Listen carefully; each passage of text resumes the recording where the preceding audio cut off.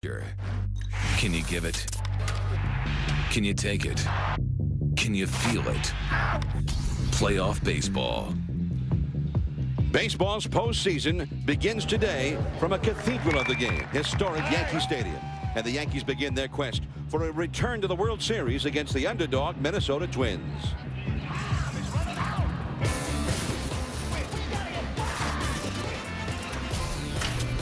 The Twins arrive in New York as baseball's hottest team in the second half.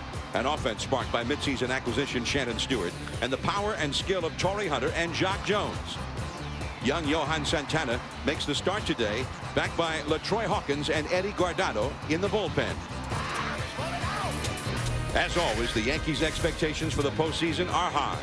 Former Tokyo Giants slugger Hideki Matsui, consistent all-star catcher Jorge Posada, and a healthy Derek Jeter joined powerful Jason Giambi back of starting pitcher Mike Messina.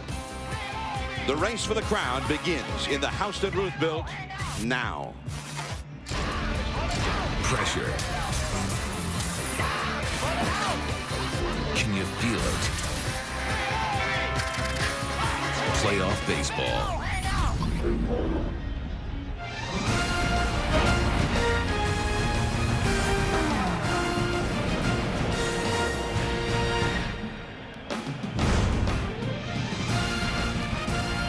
It's a beautiful autumnal day at Yankee Stadium, New York. Scattered clouds overhead as the Yankees get ready to host the Minnesota Twins in Game 1 of this best-of-5 division series. Hello, everyone. I'm John Miller, and welcome to Yankee Stadium. Today, baseball in the postseason returns to ESPN. We are honored and proud to be here to cover it as the New York Yankees, one of the great franchises in any professional sport. They always seem to be here in postseason play, but the Yankees have that sense of urgency now because they haven't won it in a couple of years. The Minnesota Twins, well, they were just happy to be in the show last year. The Twins now back for the second time, and it looked like, as Joe Morgan joins me, that they might not get here in the middle of the year, but then they got Shannon Stewart, and everything seemed to turn around for them. Well, John, not only did Shannon Stewart give them a boost when he came over, but he allowed them to move Jock Jones from the leadoff spot down to the fifth slot, which made him an RBI man. And Shannon Stewart was the leadoff hitter that they have needed from the beginning. He gets on base, he steals bases, perfect leadoff hitter. All right, now for the New York Yankees, this is a ball club that Jorge Posada had a fabulous year for, and some thought not only was he the Yankee MVP, but maybe the American League MVP. He was that good, but he's not a one-man show. No, I agree with you. I think Posada should be the MVP in the league. But the real key to this Yankee ball club is Alfonso Soriano. He gets them off to great starts. Not only does he hit home runs, which he hit a lot of leadoff home runs this year, but he steals bases. He sets the tempo. He fixes it so everybody has a chance to drive in runs. He's the key as far as I'm concerned. And he's swinging the bat well again. Started off great. Now he's swinging the bat at the end of the season like he did at the beginning. All right, he hit 7 home runs in the last 11 games of the season. The big crowd has gathered. We are just about ready to get this ball game started. Mike Messina has been warming up in the bullpen, the veteran who makes his 12th postseason start here today. Johan Santana, the Minnesota starter. This is his first starter in postseason play. Stay tuned. Game 1 about to begin. Postseason, it used to always be thus at Yankee Stadium, but has not been for many, many years. We saw Yogi Berra before the ball game, and that reminded us of the way it used to be here, and we can expect those long shadows of the autumn later on today, and that will be a part of this ball game. Joining our crew today for the division series is Gary Miller. Gary?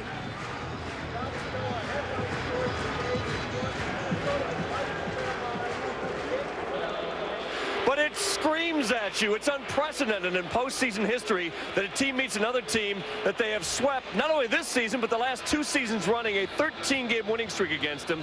Look at the numbers, a 3-1 domination in runs scored almost, and even beyond that in the 13-0 of the last 2 years. It's a 10-1 margin, 31-3 in home runs, something Johan Santana, who's never pitched a postseason start, is going to have to try and overcome today in Yankee Stadium, his first appearance here, guys. All right, Gary, and Ron Gardenhire, the manager of the Twins, his second year as the manager, and here they are in the postseason. Again, they've gone to the postseason in each of the years that he has managed this ball club. The former Twins manager, has helped out Gardenhire and the current Twins ball club by scouting the Yankees during the month of September. Here is the Twins batting order now, brought to you by Bristol Myers Squibb. It will be Shannon Stewart in left field, the former Blue Jay. Luis Rivas at second. Doug Mitkevich had an excellent year with the bat at first base. Matthew LeCroy, the designated hitter. Jacques Jones in right field, hitting fifth. Torrey Hunter, 100 RBI man in center field. Corey Koski is at third base, hitting seventh. A.J. Pierzynski also had a very fine year with the bat. He's the catcher. And Christian Guzman is at shortstop, batting ninth, all up against the veteran right-hander Mike Messina, 17-8 during the regular season. Well, Johnny has a 20-win record against the Twins, which is just exciting to me that you have beaten one team that many times. You've beaten them more than any other pitcher has beaten another team.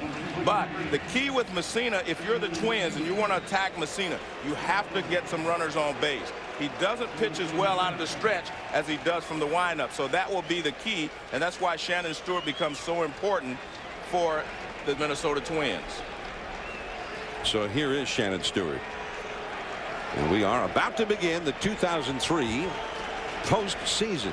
8 teams still alive, all with visions of the ultimate prize, the World Series. Mike Messina to Shannon Stewart. And a called strike on the inside. Ed Montague, longtime veteran umpire, the crew chief behind home plate for this one. Stewart overall hit .307 for the year. There's Ed Montague. He's been in a lot of postseasons himself. 1 strike the count to Stewart, and that's a ball. John, one of the things that Gary Miller talked about was the fact that Messina beat the Yankees beat the Twins 7 straight games this year. All of those games were in April, so the Twins are saying, well, we're a different team then. But guess what? The Yankees are a better team now than they were in April also. That is a fair ball down the left field line, and it's into and out of the crowd, so it's an automatic double for Shannon Stewart. Well, one thing that's different about the Twins now versus then is Shannon Stewart, and he has already made his presence felt. And as I mentioned, he's not as good pitching out of the stretch. Fastball that tails in. He went away with a fastball. This one tails in, and I mean, this is a shot down the left field line, and once it hits in the seats, it becomes a ground rule double right there. It is touched by the fans, and it also goes into the stands.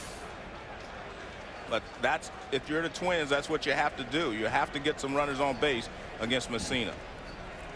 Now here is Luis Rivas, 259 the regular season. His job is to get that runner over to third, and he just goes ahead and bunts it. So they're playing for the first run here. Soriano covering, taking the throw from Messina, and Stewart is over at third now with 1 out. And I think that's a plan that the Twins have, trying to get ahead here at Yankee Stadium. And here's the defense behind Messina. Posada, of course, we talked about being really improved defensively. And Johnson at first. Soriano still struggling a little bit as a defensive player, but Derek Jeter, one of the best defensive shortstops in baseball. Matsui, very, very good in the outfield. Williams and Rivera throws well, runs well in the outfield. And this is shocking to me that they're going to play the infield in the first inning. We've seen a lot of that lately, John. Here's Minkevich. And a curveball that's a little bit low. 1 ball and no strike. Yeah, we saw it in that big ball game at the Oakland Coliseum about 9 days ago when the Mariners were trying to score first. Oakland brought the infield in the same situation. Well, the one thing you do not want to do in a short series, 5-game series, is give one team hope if you can. And if the Twins could jump off to a lead, you know, it would dispel some of the fact that they did lose all their games this year to the Yankees, because this is a whole new series. This is the second season. The Yankees won the first. The Twins are trying to win the second. Johan Santana, who wouldn't mind going to the mound with a bit of an advantage, as Minkevich tries to knock in Stewart right here. Minkevich 3 for 12 lifetime against Messina. And after 2 curveballs, he floats in a changeup for a strike. Well, Messina is very well equipped to pitch out of this situation. He can strike out the hitter, which he has a chance of doing now, 2 balls, 1 strike. But he also throws a good sinker and keep the ball on the infield. And there's the straight changeup. Perfect time for it. And the fastball misses off the outside, ball 3. You've got the right-handed hitting LeCroy on deck. I mean, if he actually ends up walking Minkevich, at least the middle infield can drop back for the double play. And yep. He's got the right-hander versus right-hander. But the problem is you do not want to put a lot of runners on base in the postseason. even though you're setting up the double play. You just do not want to have a lot of base runners out there. 3-1. And a fastball to the outside. It's full now. Minkiewicz has taken all the way. 3-2 the count. And that's the point. And that's why you saw Messina come with the fastball there. He did not want to try to throw another changeup or curve there, because he'd have to throw another one. Now you may see something off speed because he only has to make one pitch now. Right back to Messina. Minkiewicz off balance as Messina took something off that pitch, and he hit the comebacker, and Minkiewicz is unable to get it done. The most important pitch in that at bat was the 2-0 changeup. He threw him a 2-0 changeup, so now 3-1. Minkiewicz thinks he might come with another changeup. He threw a fastball. That set this changeup up. And that's a beautiful pitch. That pitch started in the strike zone and was sinking out of the strike zone. See where Posada would have caught it? Down here. But a great pitch there by Messina to temporarily get out of that jam. Now Lee Croy, and that's ball one, down and away. The infield back normal depth with 2 down as the sun pops through from behind a cloud now. And again, keep in mind as the afternoon goes along, those shadows of late September, this is the final day of September, will become significant in this game. Right to the shortstop, Jeter. And the Twins are unable to get that lead. Great job by Messina to pitch his way out of that jam. Now Soriano, Johnson, and Jeter coming up for the Yankees against Santana. Tonight. Twins nothing. Yankees coming up. There's Joe Torre, Yankee manager, back in the postseason again. They've been in the postseason every year that he has managed the Yankees. Don Zimmer alongside on the right, and Mel Stottlemyre, the pitching coach, to the left. Now the Yankees batting order brought to you by Bristol Myers Squibb. It'll be Soriano at second, then Nick Johnson at first, Jeter at short, Jason Giambi the DH, Jorge Posada the catcher, Bernie Williams in center, Hideki Matsui left field, Aaron Boone, the former Red, at third base, and Juan Rivera in right field batting ninth against the 24-year-old lefty Johan Santana. 12-3 overall, and one of the hottest pitchers in the league down the stretch. Well, he didn't go into the rotation till late in the year, but he pitched really well. But the key for him is going to be his fastball. How well he can locate his fastball and stay ahead of the Yankee hitters. If you can get ahead of them, then you can throw them off speed pitches. But if you fall behind, they make you pay. So here is Soriano. First ball swinging, one a hop to Koski. And there is one away.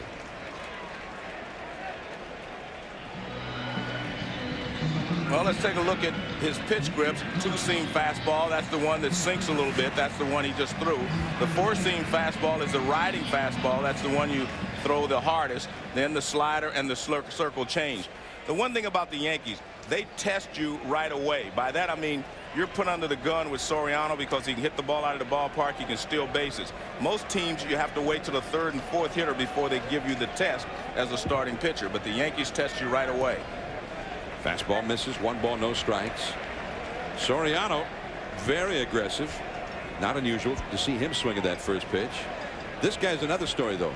Johnson very patient up there, a very discerning eye as he fouls one straight back. 1 ball, 1 strike, hitting .284 during the season, but with an on-base average of .422. But what I like about Nick Johnson, John, is he doesn't go up there looking for a walk.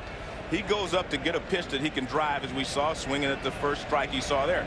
But he's very patient in that he doesn't swing at a lot of bad pitches, but he does go up there trying to get a base hit. He's not standing there trying to get a walk. 14 homers, 19 doubles. He spent a great deal of time on the disabled list. He ended up playing in 96 games, but was so successful that finally, with about a month remaining in the season, Torre made it permanent that he play or hit in the second spot against all pitching. On the move is Stewart, and he gets there. You run out of room in a hurry in that left field area when you go toward the foul line. The stands come out real close to the line, the last 90 to 100 feet down the line. Well, it was a good fastball. As I said, with Santana, the key is going to be the fastball. He jammed Nick Johnson, and that's a lot tougher play than it appears on television. I actually thought it was going to drop in when it was first hit because they kind of closed the gaps in the outfield. They give you the lines here at Yankee Stadium because they're so down, the lines are so short. They play they're trying to close these gaps out here, so they play off the lines. both in left and right field. Not Derek Jeter. And he's first ball swinging into the upper deck, foul. Jeter, who ended up third in the league in batting average. And he said he was proud of that because of all of the things that had happened both before the season and then that terrible injury where he separated his shoulder on opening day. He missed 36 consecutive games after that injury, and it took him a while to get his timing back at the plate. He ended up almost winning the batting title. 0-2 the count. Well, we saw a good play by Stewart in left field. This whole outfield is a very good defensive outfield. And Jock Jones, although he played left field most of the time until Shannon Stewart came, he's really adjusted to right field. So this is a very good defensive outfield anchored by Torrey Hunter. And they're second in the league in fielding percentage. But Torrey Hunter is the class of the league as far as center fielders go. He continues to win Gold Gloves. Although Mike Cameron is very, very good in Seattle. Change up high and outside. 2-2 now to Jeter with Giambi on deck. Santana was unbeaten down the stretch. He won his last 8 decisions consecutively. But this is a whole different sort of a test for him. 24 years old. The first time he has started a postseason game, and it's right here in New York. And that's a base hit for Jeter. Well, the one thing I like about Santana is he has not tried to be cute. He's had a couple of strikes on hitters, and he's just gone right after him. He went right after Jeter there, and Jeter hits it back through the middle. If you try to get cute in your first start in the postseason, a lot of times you find yourself struggling or pitching from behind. Another fastball, not a bad pitch, fastball away. But as you said, Jeter finished third in the league in batting average, and that's what good hitters do. They hit pretty good pitches, and they go right back through the middle. So, so far, the approach by Santana has been positive for the Twins. But you're still facing an awesome lineup here with the Yankees. And here's the Yankees' big power threat. 41 homers for the year, 4th in the league. Jason Giambi. And he goes after the first pitch, fouling it back. So, I mean, that also must be part of the scouting report on Santana. Well,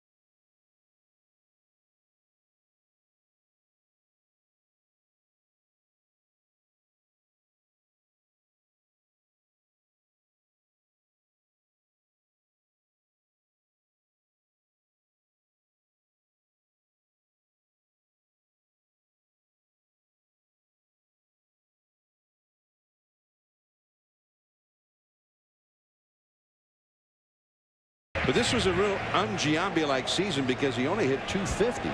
well, he also struck out 140 times. Led the league in strikeouts. 2-1 the count to Giambi. Chases the high fastball and fouls it back. 94-mile-an-hour gas that time that was up. But all that said, he still drove in 107 runs. And we'll take a look at this fastball. You see him attacking the fastball just a little bit up and out of the zone, but he took the breaking balls that were up there. And I think that's the key. They're looking hard stuff from Santana until you get 2 strikes. That pitch was pretty much out of the zone, but he had a good cut at it. Jorge Posada, the switch hitter, would be next. Jeter at first, 2 down, no score. And Jeter back to the bag. Would Jeter be running right now? What do you think? Well, as you said, he hasn't run that much. And I don't think he'll be running here with Giambi up. But there are 2 outs, 2 strikes. I mean, it's not a bad time. If you're thrown out, Giambi starts off the inning, and he does have a great on-base percentage. What a day in New York. The sun shining on Yankee Stadium as the postseason begins. Jeter not running. Giambi breaks his bat. Rivas from shallow right field throws him out. And that's it. 1 hit, 1 left. We're going to the second inning. Jock Jones, then Torrey Hunter coming up. No score.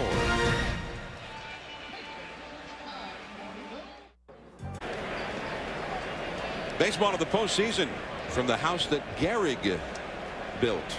I'm changing that a little bit. I mean, Ruth was great, but maybe Gehrig doesn't get enough credit. So we already have a controversy that is flared here in the booth. There's ball one to Jock Jones. Jones hitting .304 for the year, 16 homers, 69 batted in, but he was plagued by a groin injury. As Messina with a slider in on the hands that time. Bounce foul. 1 ball, 1 strike. John, I've done a lot of Yankee games in the postseason. That's because they're always in the postseason. But when I talked to Joe Torre today, he was more relaxed today than I've seen him in the last 4 or 5 years, even when they were winning the championship.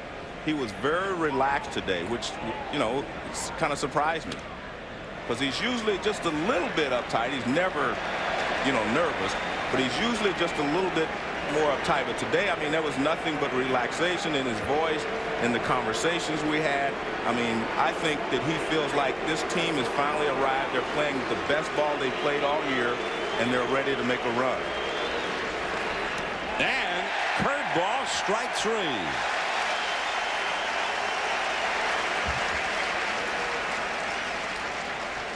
The Yankees played great at the beginning of the season, the first part of the season, and they played great at the end, and that's what's important. Well, here's the big curveball. I mean, he has 2 different types of curveball. He throws a knuckle curve and then the other curve, and this one is pretty hard. It was flatter than normal, but definitely a strike. Now Torrey Hunter, he really struggled much of the year. Fastball inside to Torrey. He ended up driving in 102 runs, 26 homers, but with only a .250 batting average. I mean, we're used to seeing him hit .290, .300. But he still got his 100 RBIs, and that's what's important for this ball club. And that one's too low. 2 balls, no strikes to Hunter. Corey Koski is on deck. No score from Yankee Stadium. Now, for years, day games, late September into October, the World Series, were the norm here. They always played in the afternoon. And the shadows were so often a big part of the story. But it's been a long time since they played a postseason game in the sunlight here at the big ballpark. But in talking to Torrey, they played a lot of games during the season at 1 o'clock, so everyone's pretty much used to it now. Soriano throws out Torrey Hunter, although we saw Yogi Berra before the game. And the shadows and the low riding sun later in the game are a little more intense this time of year than most of the regular season. But you're right, they played here recently. The Twins haven't played here since April, and they might have a few things to contend with when those shadows start to get long, especially Shannon Stewart in left field. Left field becomes a real tough sun field. Here's Koski, .292 average, 14 homers, 69 batted in, and that is just foul. Ted Barrett, the first base umpire, right there to make the call. 0-1 the count. I asked Yogi about it when we were down at Joe Torre's office, and he said that late in games when the shadows would advance out beyond home plate, he'd face some pitchers' great fastball and he couldn't see. 0-1 the count to Koski. And the changeup is in the dirt. 1 ball and 1 strike. This series will adjourn after this game for a day and then reconvene on Thursday night. We'll be back under the lights on Thursday. And Andy Pettitte, a 21 game winner, will go for the Yankees in that game against Brad Radke, the veteran starter for the Twins. And a pop-up. Jeter into shallow left. And that's the inning. Jorge Posada coming up for the Yankees. Then Bernie Williams and Matsui. No score. It's not just Yankee fans out in the bleachers, and they really get into it out there. They have chants, they sing songs. The big ballpark in the Bronx, we saw Reggie Jackson before the ball game. He used to call it the big ballpark in the Bronx. Reggie said that, you know, they used to call him Mr. October. He says he still does better in October even now. There's ball 1 to Jorge Posada. Reggie Jackson, Mr. October. He's commemorated out there in Monument Park. All of the great Yankees from over the years. Posada might have broken his bat on that one, and Rivas throws him out. There is one away. This is the start of the baseball postseason. There will be more division series action coming up a little bit later. At 4 o'clock Eastern, 1 Pacific on ESPN. It'll be game 1 from beautiful Pacific Bell Park in San Francisco. Barry Bonds and the Giants up against the Florida Marlins. Josh Beckett, the young right-hander for Florida, and Jason Schmidt, a Cy Young candidate, will go for the Giants. Then tonight at 8 Eastern, 5 Pacific on Fox. The Cubs and the Braves, Kerry Wood up against the 21-game winner Russ Ortiz at Turner Field, Atlanta. I mean, there's some real great matchups in this first round of the postseason. And Bernie Williams takes ball 1. I think Bernie's going to be a key for the Yankees during this run if they're, able to advance, because you're used to having a switch hitter hit 4th in this lineup, and he has been the stabilizing guy over the years for this ball club. Kind of an unsung hero, but he was always the guy right in the middle of all the rallies. He was the guy that extended the rallies. He never ended a rally. He was the guy that just continued things going, and being a switch hitter, it made him even more valuable. So I think that they need him to get going, and he's not had the Bernie Williams type season since he came back from the injury. Bernie, a .308 career hitter as he takes strike 2 coming into this season, but he hit only .263 this year. Well, the injury, in the post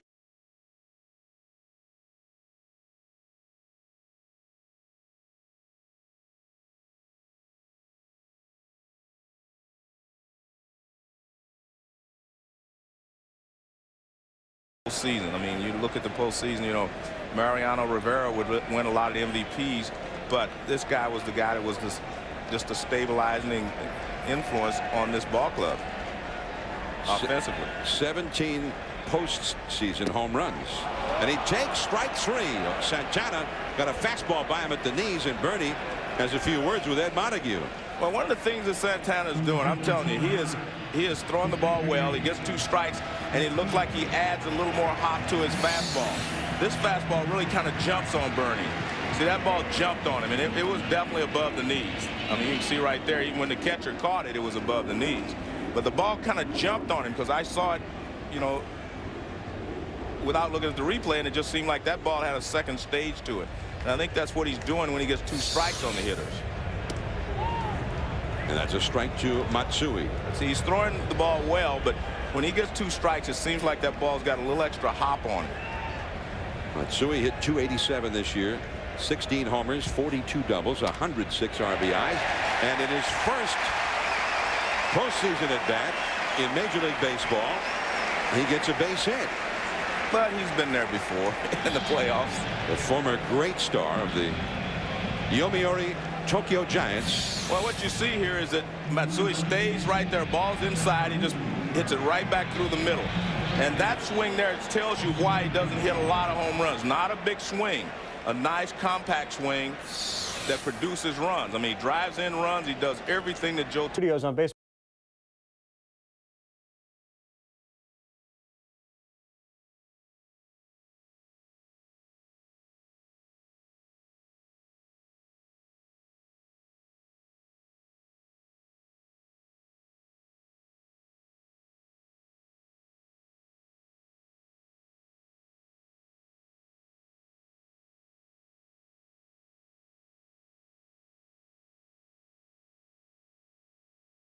The first inning was key, Santana, and he looked dominant in the second inning. He's gotten through that first one, which was key. This is the only left-hander in the playoffs in either league who throws the ball 94, 95 miles an hour. It's a different look for the Yankee lineup. He's going to do some damage. Don't forget Giants Marlins at 4 o'clock Eastern time. Bobby and I will be here throughout the day. Let's go back to John and Joe at the stadium.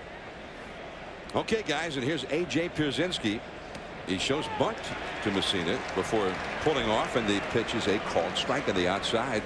Of all the starters in this lineup against Messina, he's the only one that's had some success. He's hitting .533. He has 8 hits and 15 at bats. The rest of the lineup is 100, under 200 in most cases. So the fact that he's 20-2 is borne out in his career against the Twins when you look at the stats even of this current group of Twins against him. Because you look at it, you say, well, you know, he's won 20 games. A lot of these guys might not have been there. But when you look, I mean, he's dominated these guys that are in the lineup today. And curveball, bounce foul. It's 0-2. Messina 20-2 with a 2.77 earned run average. Over the last 50 years, only 2 other pitchers have won 20 of their first 22 decisions against any team. And it was both came against the old New York Mets when they were an expansion team. Juan Marichal and Larry Jackson. Pretty rare to have that kind of dominance against one team for such a long time. Off the outside with a fastball. But I mean, that also kind of tells you maybe why Gardenhire was bunting the second hitter of the game then. Yeah, I mean, he was trying to, I think he was just trying to get on board, get ahead in this ball game. There's another great pitch by Messina. And Soriano throws out Pierzynski. That's the exact pitch that he got out of the first inning with. The changeup that goes down and away. Watch the movement on this pitch. Look at that. I mean, the bottom falls out of it going down and away from Pierzynski. This fastball that he throws down and away. It's a changeup actually, but with fastball rotation rotating down and away. Here's Christian Guzman now. So Pierzynski gone. Guzman a switch hitter. First ball swinging. Soriano tough play now and he can't handle it. Well, it was interesting there because it appeared to me that Messina thought he might be able to grab it, but he let it go thinking that Soriano was going to have a better shot at it. I mean, he did start after it. Yeah, I'm still not a fan of that bare hand throw right here. I mean, and watch Messina right there. He stops right there. Maybe he would have had to make a tough play, but I mean, that's just a tough play to make when the ball's going that fast. I mean, I just think that you should glove it and throw to first base. If you get him, you get him. So Guzman is aboard. Guzman had 18 steals to lead the Twins in that category. You get the leadoff man, Shannon Stewart, who's been hot. So let's see if Guzman does any stealing here as the sun disappears behind a cloud. John, what I'm saying on that play is I like for a guy to make it like he's making a double play. Get it and get out of your glove real quick like you're making a double play. That way you're sure you're going to catch it is the point. I mean, that's like giving yourself a 50-50 chance to make the play. And Messina is low with ball 1 to Stewart. You see Guzman trying some little running action here? Well, what I see is that Messina is going to hold them. Obviously they haven't had a lot of success doing much of anything against Messina or the Yankees. But I think Messina has a good enough awareness of who's running that he can vary his motion and his timing to the plate. He won't hold the ball as long. See right there, he didn't hold it very long at all. And then he'll come another time and hold it a little longer just to change his pattern. Well, you know, Messina's always been one of the toughest right-handers in the league against whom to steal a base. This year, more than a half who attempted to steal with Messina on the mound got thrown out. Well, he has a quick move to first base for one thing, but he varies his delivery time to the plate. See, he held it a little longer then. That looked like it might have been a pitch out too. I think it was, yeah. But he did hold it a little longer, whereas the time before he didn't hold it. He came up, set, and threw the ball very quickly to the plate. Posada threw out 28% of the base runners who ran when he was behind the plate, but Messina, and he didn't always pitch to Posada, but usually with Messina pitching, it was 53% who got thrown out when they attempted to steal. 2-1 the count. And Guzman didn't look like he had much of a lead over there anyway, Joe. It's one of the things I've noticed about guys today that try to steal bases. They do not get big leads anymore. They just try to time the pitcher and get a good break at first. It's not so much about the lead as it is the break. See how quickly he delivers to the plate there. But again, you know, sometimes when you concentrate too much on the hitter, I mean the runner at first base, you forget about the hitter. And now he's falling behind 3-1. And if you're Gardenhire and you want to be aggressive, this is a perfect time to do it. You know Messina's going to be in the area. Well, he's got to be running. There's no chance that he won't be running. There he goes. And that is a foul. Well, after you've sacrificed in the first inning, you feel like, yes, I'm going to make something happen. You're trying to make things happen, and a 3-1 pitch obviously is a good time to steal the base or to run, to put the runner in motion. And if 3-1 was good, you know 3-2 is even better.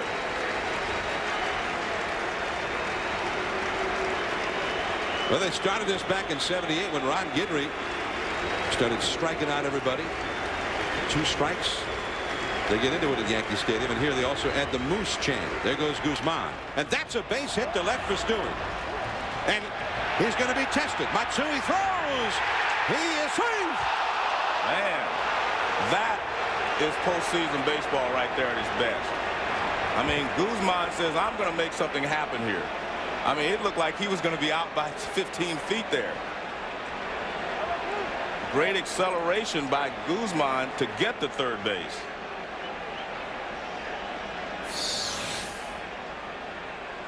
Guzman was running. Remember, there he goes. He's running. Now watch when Matsui gets this ball. I mean, he's about at shortstop. He looks up. I think he surprised him. He comes up. He throws a strike, though. But just the speed of Guzman allows him to get in under the tag. Well, at least that's what the umpire said. Well, you know, he might have missed the tag. That's into center field. Bernie Williams in very shallow center. And here comes Guzman. The throw is poor, and he scores. You know, this reminds me of the 5th game last year against the Oakland A's. Guzman was the guy that just put on a show. He said, I'm going to run until they tag me out. I mean, that is a Guzman run right there. Great job of base running and just showing speed. The Twins have stolen a run courtesy of Guzman, and Luis Rivas with a little bloop into shallow center really didn't get it done, and yet he got it done. Well, speed helps you, of course, and this ball is pretty shallow.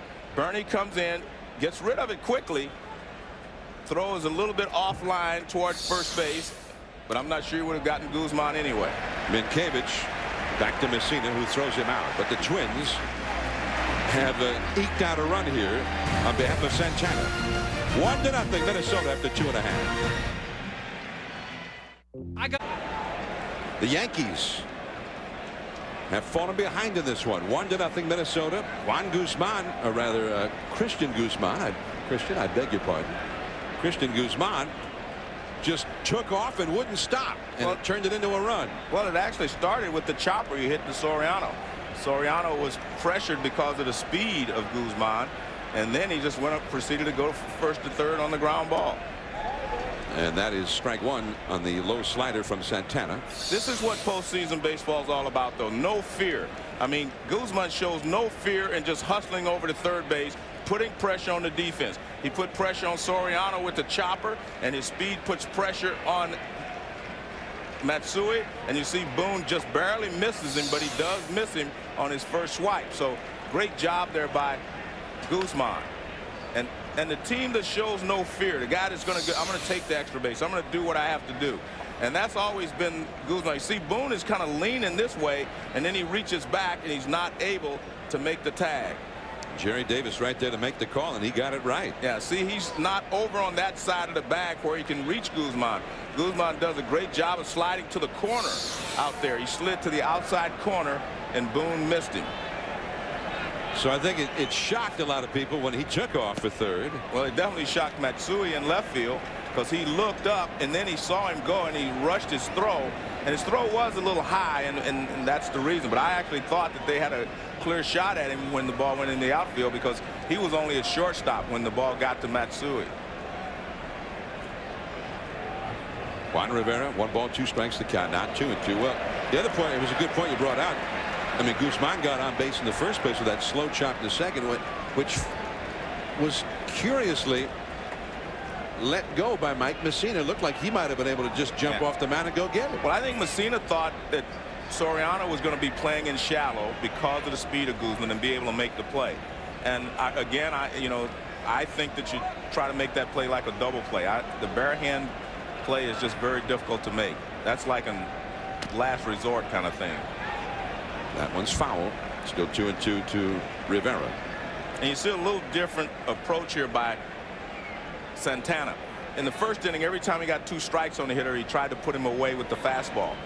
And here he's mixing in some breaking balls. And I think you have to do that the second time through the order to show them a different look, because pretty soon they're just going to sit dead red, and 1 or 2 of them are going to be able to hurt you. So I think he's doing a good job here of changing his pattern here in the 3rd inning a little bit. Andy Pettitte looking on. He'll be the game 2 starter for the Yankees as that ball is driven foul by Rivera. Leadoff man Alfonso Soriano on deck.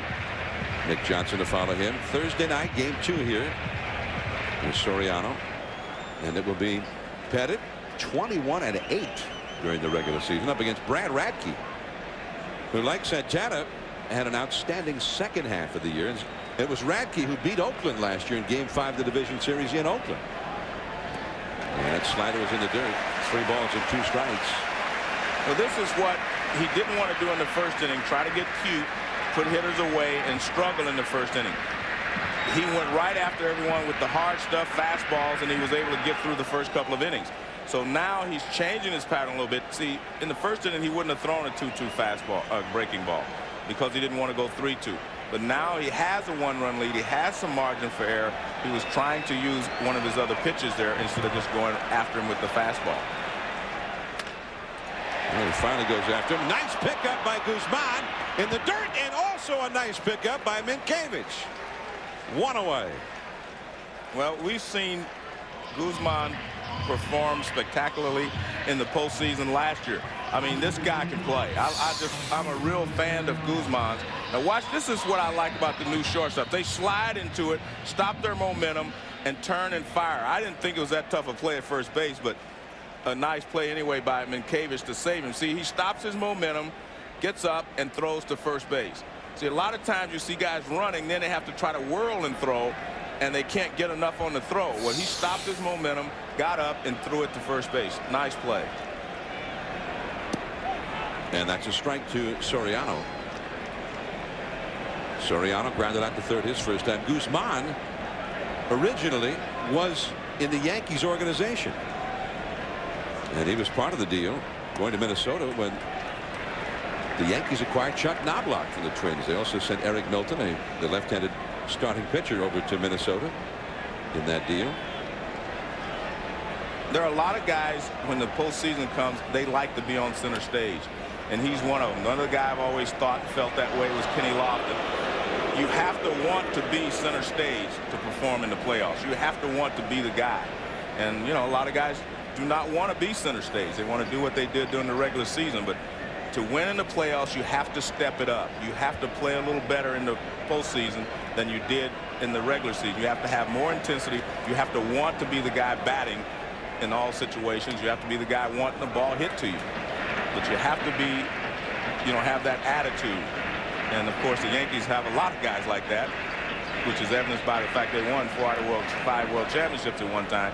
But when you're facing the Yankees, you have to be the guy that steps up. And I really like Guzman. I mean, I saw him do it last year against Oakland, and he's trying to take over this year against the Yankees. 1-0, the Twins out front, courtesy of Guzman.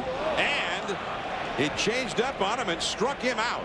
And that's the point. He's going to other pitches now. He got through the first with his fastball. Now he says, hey, I can use my other pitches.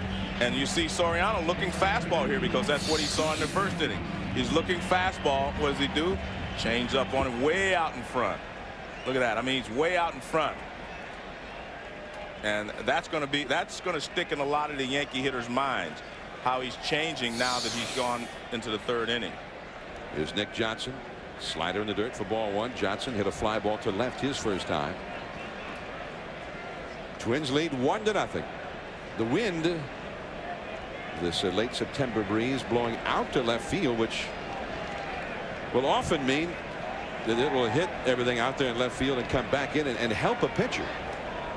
It's not necessarily good news at Yankee Stadium for a hitter when they see the wind blowing out to left field like that.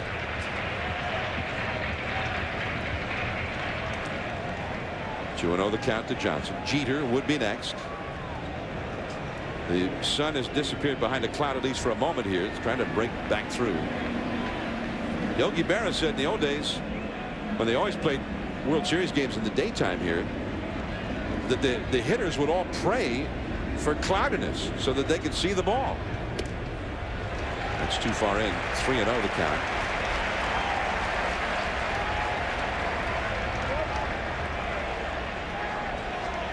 Nick Johnson, the nephew of Philadelphia Phillies manager Larry Bowa. And that is a little bit low. Well, we just saw Santana strike out Soriano with that changeup, and we asked him to explain that changeup to us. I put my fingers around the ball and to make sure I gotta take care of this seam right here, you know, because that's the one that gave me the feeling that I'm having a good grip. So, and of course, the key in this pitch is the arm speed. You know, it depends on how you throw it. Well, it's pretty much a variation of the circle change. And as he was saying there, it's the most important part of a changeup is the arm speed. It gives the hitter the impression that it's a fastball when it's actually a changeup. This is Jeter. Johnson at first. And suddenly Santana has lost the strike zone. Well, John, I think what he did, he threw Nick Johnson 2 sliders. And he fell behind 2-0, and then he tried to make a pitch inside 3-0, and now he walks him. The one thing he can't do is fall in love with the breaking balls. We've seen him throw some things this inning that he's been successful with, but you can't fall in love with it. His best pitch is still going to be his power fastball, moving it in and out.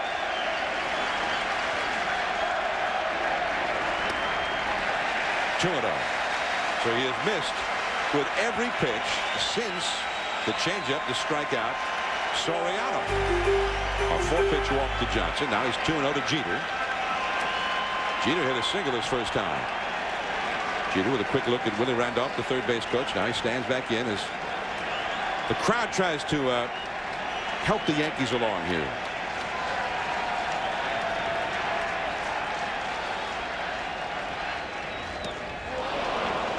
Two and one.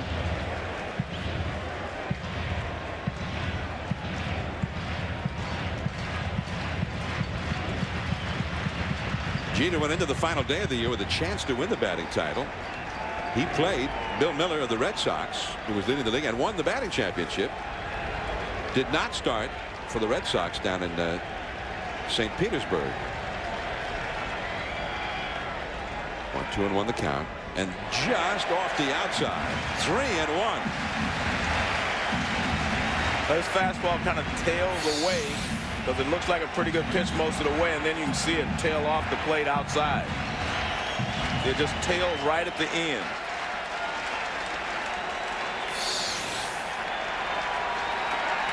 Three and one the count. Jason Giambi lurking on deck. And Jeter fouls one back into the upper deck. Full count. Brzezinski out alerting all of his teammates that 2 men are gone.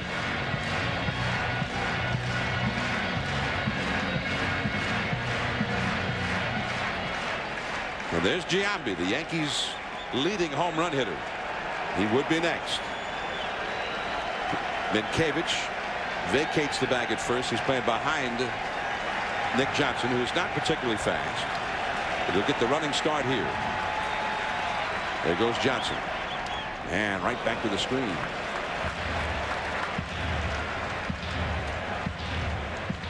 He's getting the ball up to Jeter. I mean, he's thrown 3 fastballs that were up. Jeter's having a pretty good cut at him. It's not one of those 2-strike swings. He's having a real good swing at that high fastball. High stress inning here for Santana. This is his 24th pitch of the inning. Johnson runs from first, and he threw him a slider and walks him.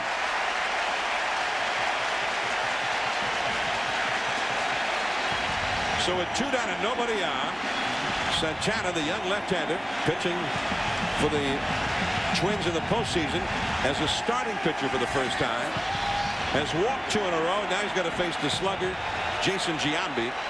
It is 1-0. The Twins are leading, having scored in the first half of this inning on a shallow sacrifice fly by Luis Rivas. And now Rick Anderson, the Minnesota pitching coach, is out to the mound to talk to his young charge. Well, I know he's out there telling him, don't forget how you got through the first couple of innings. I mean, all of a sudden you're throwing a 3-2 slider with Jason Giambi on deck. I mean, you were getting guys out with your good fastball the first couple of innings. It's okay to mix in the breaking ball, and that's great. But you rely on your fastball. That's your best pitch. I mean, and to throw Jeter a 3-2 slider there, I mean, that's like going for the strikeout. And that's okay if you got a runner at third and less than 2 outs. But in that position, you want Jeter to put the ball in play. And you saw that pitch count. 49 pitches thrown by Santana already. They limit him usually to around 100, 105 pitches or so in a game. So here is Giambi. Johnson at second. Jeter at first. 2 down. Came right after him with the high fastball, and Giambi fouls it back into the upper deck.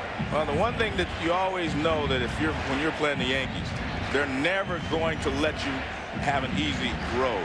You're going to have to battle all the time. If they're making outs on 1, 2, 3 pitches, pretty soon you're going to see it take 4 or 5 pitches. They're going to adjust to whatever you're doing out there. They will make you work. Yanks with the runner at second for the first time in the game.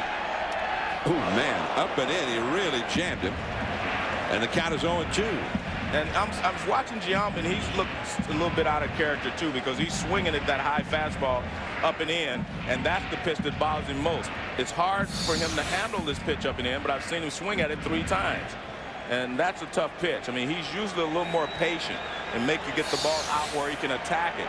Those are tough pitches to handle. Those are pitcher's pitches right there. 2 on, 2 out. 1-0 Minnesota.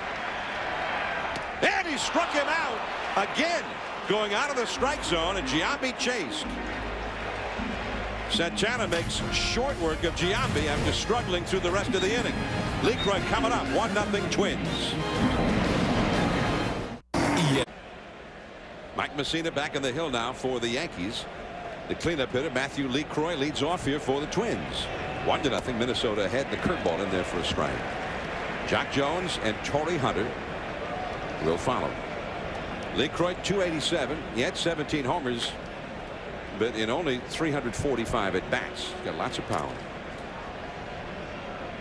Messina drops down with that breaking ball. Popped up. Nick Johnson down the line, but not much room in foul ground down there. Out of play. 0-2 the count. This being a Tuesday, they either get dressed real well to come to Yankee Stadium, Joe, or maybe some guys are taking a long lunch today. 0-2 the count to LeCroy. And a fastball off the outside. 1 ball and 2 strikes. Well, this is news. The anchor man, Dan Rather of CBS, here looking on today. That must have been the pass that you left. No, that's George. That's the owner's passes. 1-2 the count to LeCroy. Reach. Is that your final answer? And the Donald. That's pretty impressive pass list you had today, Joe. All your buddies are here. 1-2 the count. And 2-2 now.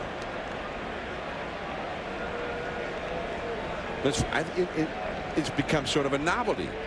Postseason baseball in the afternoon at Yankee Stadium. 2-2 the count. And the slider misses. Full count now. I think what you're seeing, with Messina and maybe even with Santana is the pressure of postseason baseball, and that is you do not want to make a mistake. You want to make sure that all of your pitches are exactly where you want them to be. Oh, man. That was exactly where LeCroy didn't want it to be.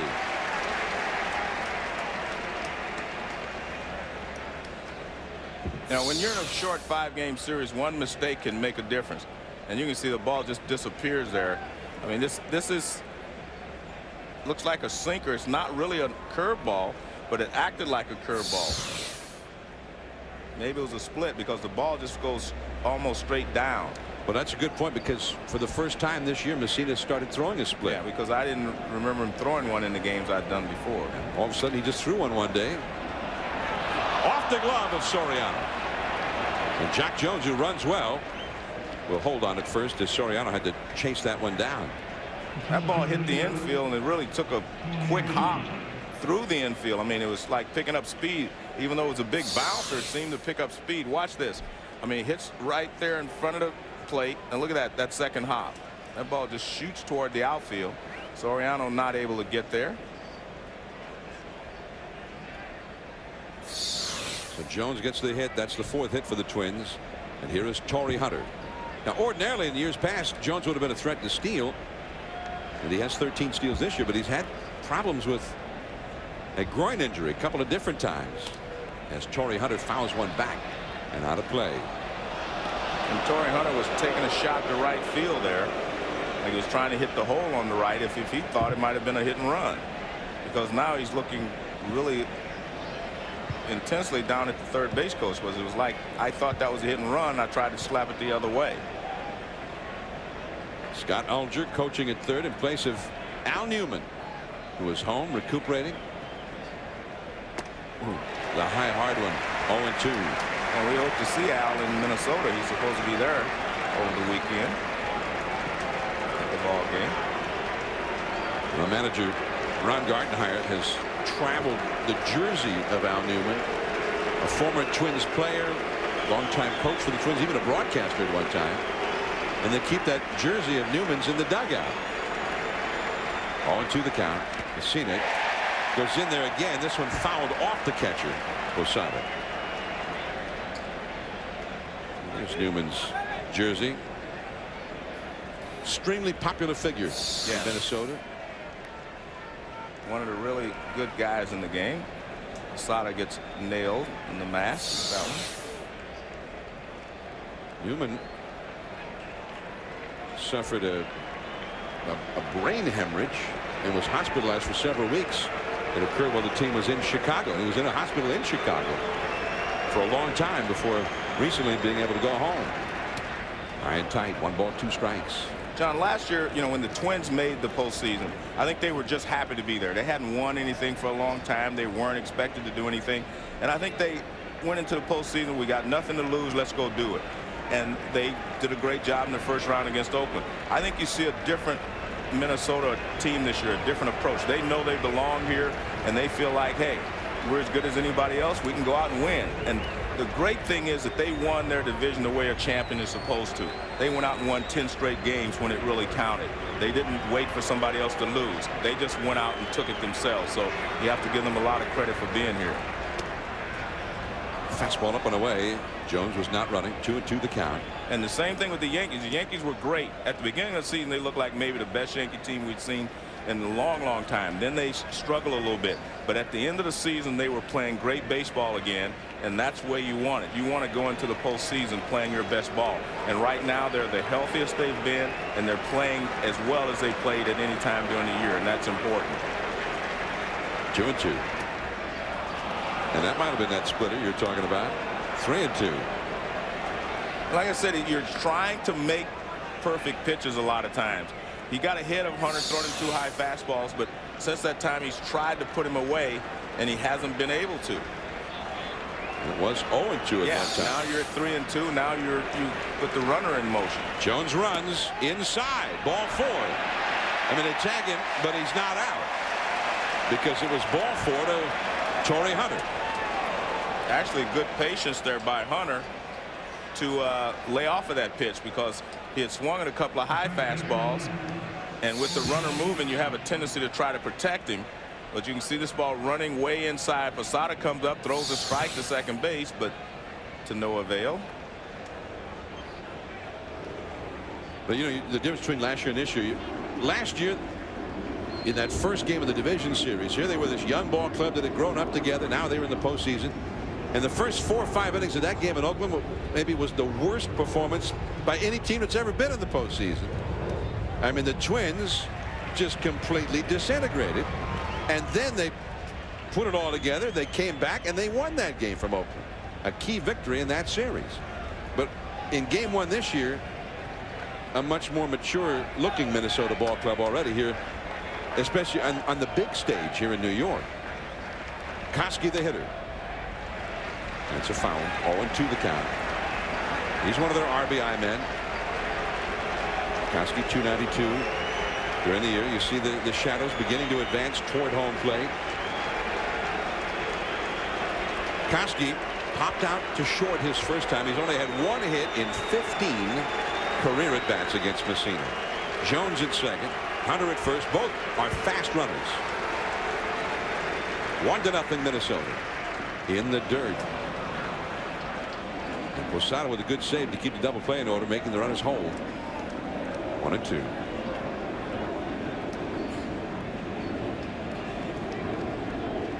You see one hit, 15 at bats for Koski against Messina, a couple of walks. And that's not too unusual in this Minnesota club. I mean, not many of them have ever had any kind of success against Messina. 34-year-old right-hander from Montoursville, Pennsylvania. And the high fastball foul back and out of play. Messina pitched his first major league game when the Minnesota starter Johan Santana was 12 years old. Messina had been in 5 All-Star games. This is his 6th start in a division series. He's had 4 league championship series starts and 2 World Series starts. But he is trailing the young Santana right now. 1-0 in the 4th. The Twins with a threat. Johnson, Messina over to cover in time. The runners advance. Jones to third, Hunter to second. 2 down.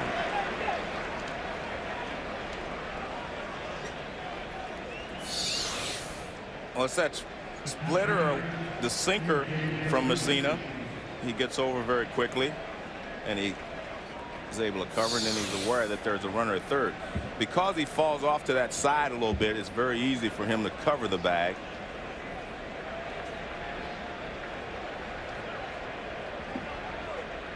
So this is a big confrontation. You pointed it out the first time when Pierzynski came up, and there's AJ. Well, they're not even going to fool around with him. And this is interesting. They're going to walk Pierzynski, the one guy who's had success in the past against Messina, but they're going to have to pitch to Guzman, who's responsible for the only run of the game up till now. Yeah, but this helps you in a couple of ways. You do not have to pitch to Pierzynski because he's hitting well. Secondly, you will not have Guzman leading off an inning where he can use his speed. He's going to have to be an RBI man now. This changes his mindset. He's going to have to be a guy to drive in the run now instead of a guy that scores the run. So in a way, you're kind of negating his speed, because if he hits a chopper someplace, they can force Pierzynski at second base. So Pierzynski gets the walk. The bases are loaded with 2 down. Jones, Hunter, and Pierzynski, the 3 runners. And the batter will be Christian Guzman, the former Yankee farmhand. And he is responsible with some gambling on the base paths for getting that first run. Hit .254 during the season with men in scoring position. Curveball for a strike. Messina starts ahead of it. Guzman had the hit in the 3rd inning, but it was an infield hit. Guzman 6 hits in 26 lifetime at bats against Messina, who has already thrown 60 pitches, and we're only in the 4th.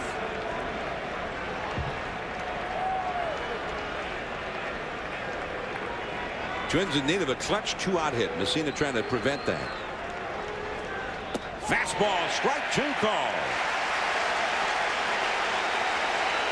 Well, this is a fastball that he tries to start off the plate inside and works its way back over the inside corner. And that's following a curveball, so he gets ahead 0-2. Yankee fans on their feet with the Moose call. 3 men on, 2 men out. 0-2 the count. Fastball popped up. Aaron Boone. He has room, and that's the inning. The Twins leave them loaded.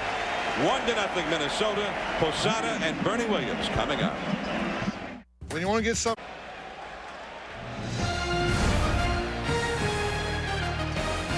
Stadium, New York. Game 1 of the American League Division Series between the Yankees and the Minnesota Twins.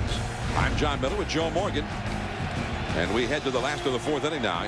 24-year-old Johan Santana with a 1-0 lead. First ball swinging. Jorge Posada with a high pop fly. And there's Jones in right. The wind carries it a bit, but he stays with it. And Posada has seen 2 pitches today and is 0 for 2. Now let's go to our colleague Gary Miller. John, we talked about the total domination that Minnesota has fallen victim to for the Yankees. 13-0 the last 2 years, but Johan Santana was in the bullpen when they met in April. In fact, the previous April, he was in the minor leagues down in Edmonton working on that changeup with Bobby Cuellar. He developed it. The circle change has now made him even more devastating. One of the hardest throwing lefties among starters in the American League. All right, thanks, Gary. And here's Bernie Williams, first ball swinging, fouling one into the upper deck. And it is 0-1. Bernie struck out looking his first time.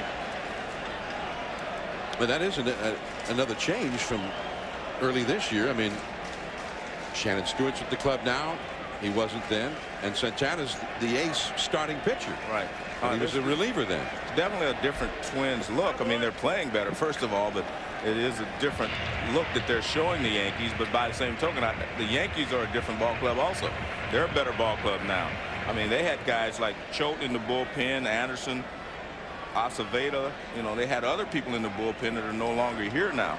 So they're a different ball club, too. They have 10 different players here that didn't face the Twins in April. So it's not just the Twins are different. The Yankees are different as well. And that fastball misses 2-1. And the Yankees had a very strong finish to the year. Roger Clemens would go in Game 3 in Minnesota at the Metrodome. Jeff Weaver made this postseason roster. There was some speculation that maybe he wouldn't, but he's in the bullpen. Right center field. Jack Jones. He broke laterally and the ball sailed over him. Bernie slipped and fell rounding first.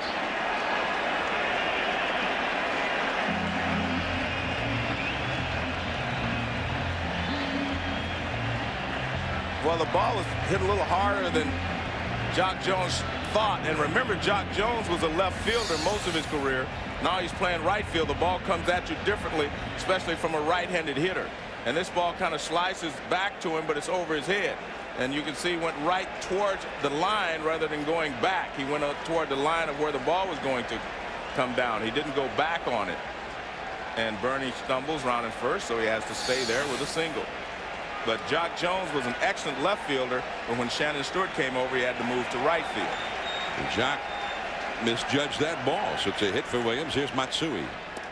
Matsui, who was a great slugger for the Giants in the Japanese Central League. He hit 50 home runs there last year.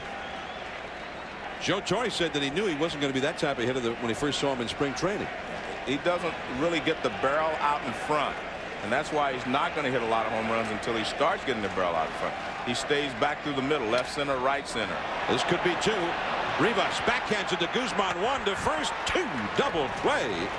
And Matsui, who grounded into 25 double plays in the regular year, it's into his first of the postseason. It was all set up because Bernie failed at first, though. 1-0 Twins. A pitch is unconventional. You don't know what's coming, but he is throwing something that you haven't seen in a while. Well, after 20 wins against this team, he's a consummate professional. He has changed his style. It does look like he's come up with that Roger Clemens split finger that he's using more often. He used it the last month of the season. I think he's thrown about 10 of them here today, and it's thrown Minnesota off. I'm not sure, Joe, but that's what it looks like from here. Yeah, well, I was trying to see his finger split, and I couldn't tell.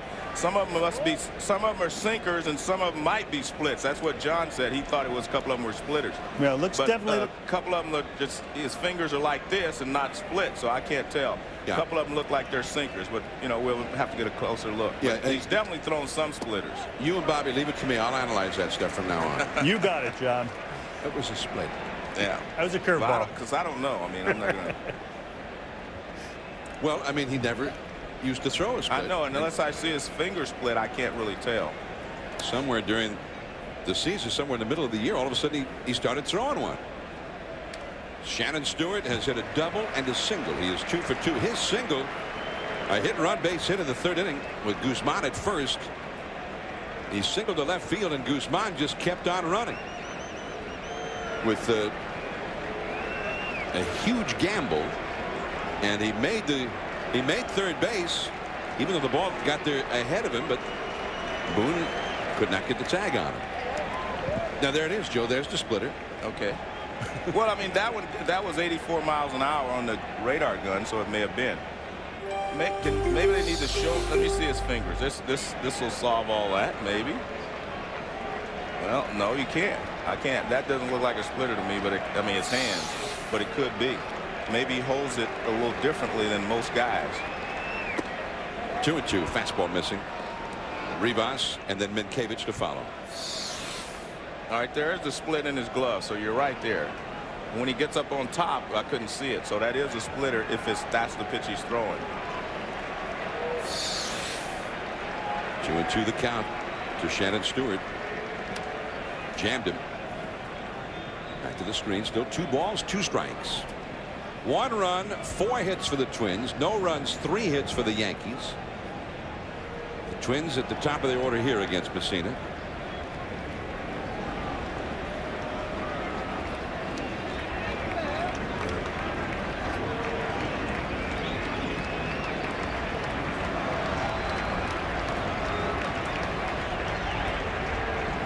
Drops down with that breaking ball, and Stewart just manages to get a piece of it. Still 2 balls, 2 strikes. Scott Alger, the third base coach, will retrieve it. Well, the interesting thing was when you watch Messina, like you said, for a while there he started throwing a slider every once in a while, mixing in a slider, and then we always knew about his knuckle curve and the overhand curveball, but every once in a while he's throwing a slider as well, or what appears to be a slider. So he changes a lot of pitches. And the fastball strikes him out.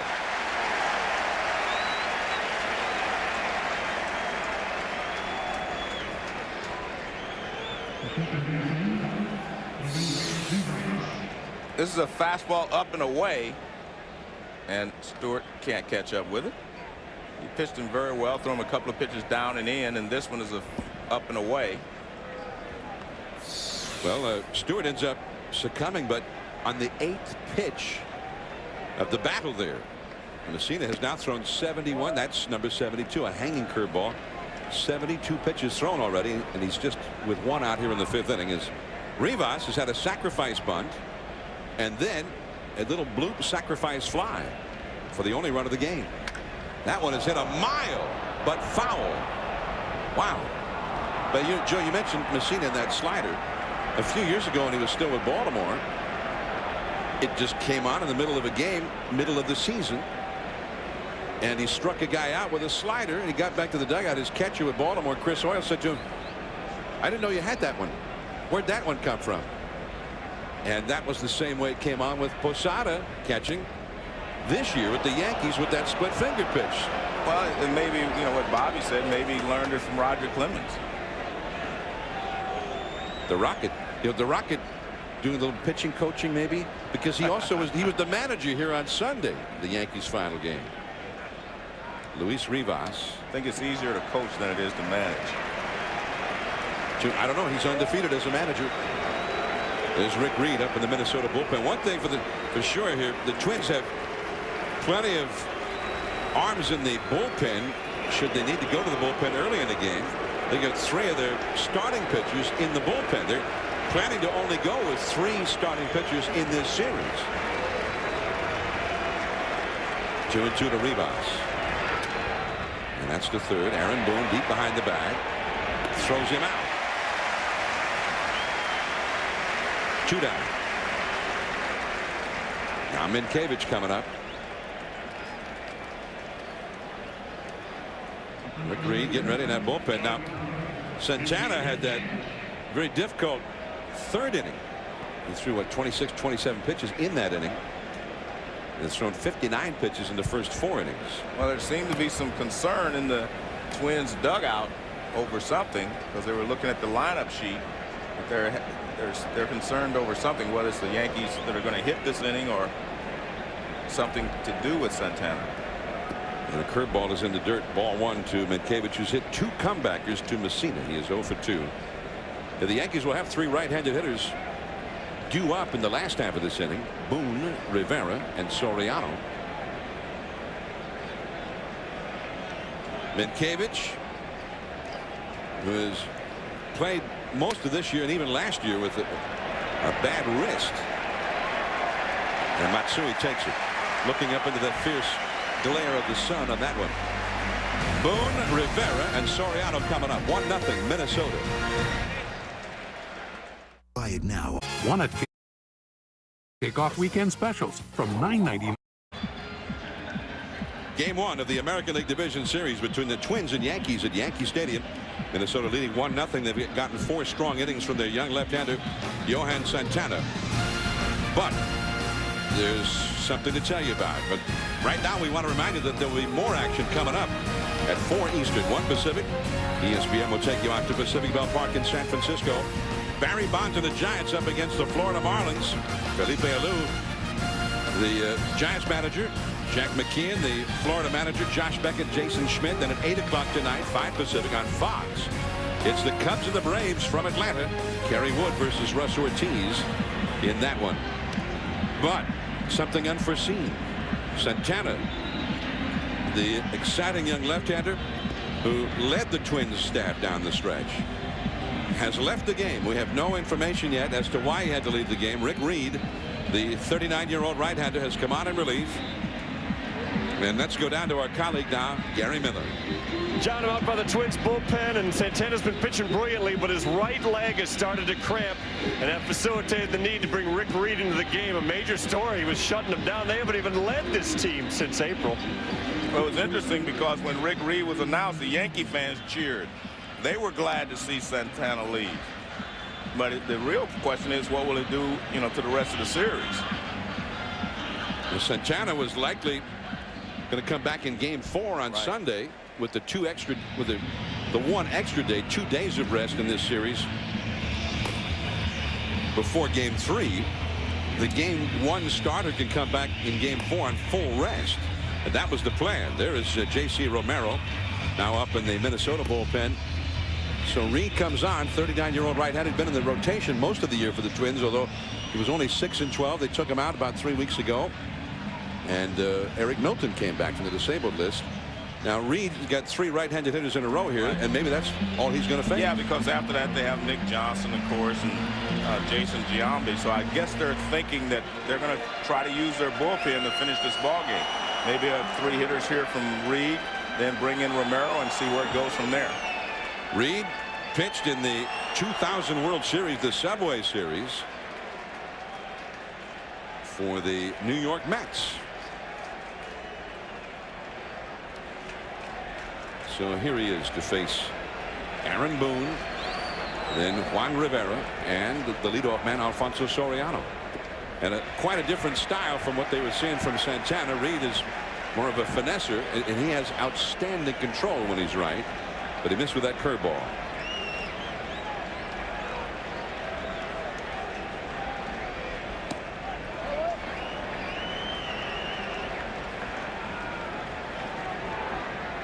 He pitched Game 4 of that World Series back in 2000. And that's a ball outside. 2 balls and a strike now to Boone. Rick Reed, who grew up in West Virginia. He was a great fan of the Cincinnati Reds as a kid, and he wanted to be a catcher because of Johnny Bench. Guzman throws out Boone, and Boone is 0 for 2 in the game. 1 down.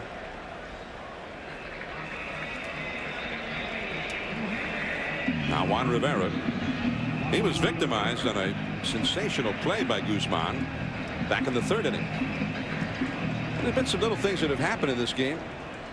The Twins getting that infield hit by Guzman on a ball that maybe Messina could have come off the mound to handle. And then Guzman taking the gamble of the base paths, and it paid off. Bernie Williams tripping and falling on what should have been a double in the 4th inning with 1 out. Then with him only at first base, Matsui, the next hitter, hit a double play ball. And a high curveball misses. And even Rivera, if his ball had ended up being a base hit, that Guzman turned into a fine play. That was leading off the 3rd inning with the top of the order coming up. That could have changed a lot of things in that inning. He ended up getting 2 men on later in the inning as it was. in the postseason, most of the time, a lot of little things will add up to a big thing. And the big thing now is that the Twins are leading, in the bottom of the 5th inning. And if you're the team that's trailing 1-0, you really do not even get concerned until you get to the 6th inning. I think that's when you start to realize we're running out of outs. Rivera fouls one back and out of play. But 2 balls and a strike. Very rarely is someone going to win a game 1-0. Although now it's not up to Santana to do that.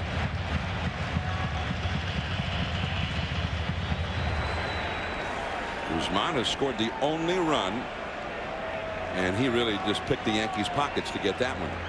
2-1 at the knees. Strike 2 call. And Rivera says something to Ed Montague about that one. Soriano, the leadoff man, but also a slugger, is on deck. Yanks in the 7 previous seasons under Torre, 4 World Series titles, 5 trips to the World Series, and they've won 57 with only 25 losses in those postseason games. Here's Guzman on the move. Out. 2 down.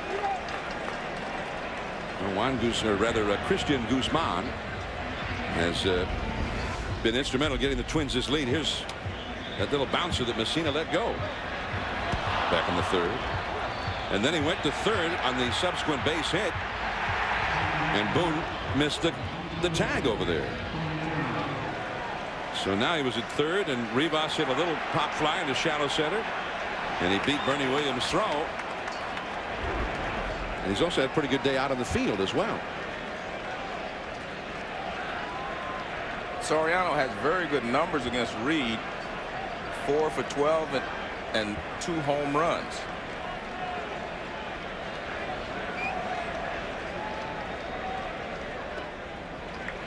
One ball, no strikes to Soriano, who's grounded out and struck out.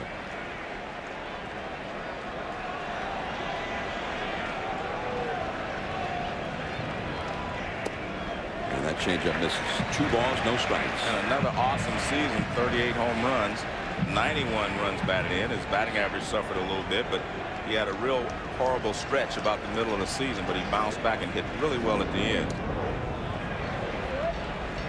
2-1 now. The left-handed batting, Nick Johnson, is on deck. And the Twins had the left-hander up in their bullpen. Now it is 3-1.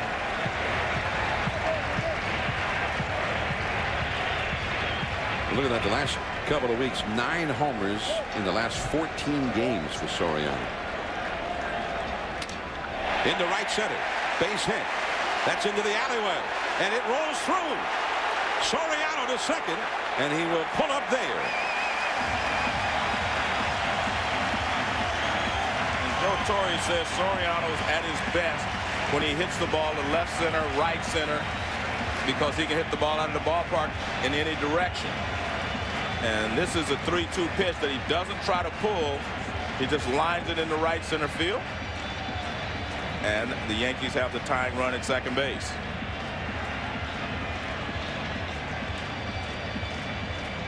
Ron Gardner is making the move with the left-handed batting Nick Johnson coming up. J.C. Romero, the left-hander, is coming in. Fastball is pretty much in the middle of the plate, but he takes it to right center. And as soon as he hits it, he knows it's in the gap. And he sprints out there. If there was 1 out or no outs, he may have tried to get a triple out of this, but with 2 outs, stops at second. J.C. Romero coming in from the Twins bullpen. A runner in scoring position, 2 down, 1-0 Twins. We'll be back. Sports. Bobby Valentine, Carl Ravitch. Game planning in baseball is a little different than other sports, but there is one, right? You have a lot of plans, and you try to think of everything, but one thing you can't count on is a 1-0 lead in the 5th inning and have your starter walk off of the mound with a 3-hitter. This is a very difficult situation to work through. You're going to use your entire bullpen in game 1, 1-run lead. Good luck. With all those left-handed batters and right-handed, this is the only lefty they have is J.C. Romero. See if he can get the 3rd out here and then get through the next inning. The Marlins take on the Giants today at 4 o'clock Eastern Time. Josh Beckett, Jason Schmidt. That's coming up next. Still plenty to do at Yankee Stadium. All right, guys. Now, ordinarily the Twins would have Romero in the bullpen, a lefty, and of course their closer Guardado, who was only used if they're ahead and it's the 9th inning. But because they're only going with 3 starters, or at least that was the plan in this series, Eric Milton and Kenny Rogers, a couple of lefty starters, are also in that bullpen right now. But the other part of it, John, they're going to have tomorrow off. So if you use the entire bullpen, it really doesn't matter because you're only playing 1 game on Thursday, then you have the next day off. So I think this really helps the Twins bullpen if they have to use it a lot. Here is Romero. The fastball in too tight to Johnson, who is flied out to left and walked. Romero, who had a tremendous year last year, not nearly as good this year.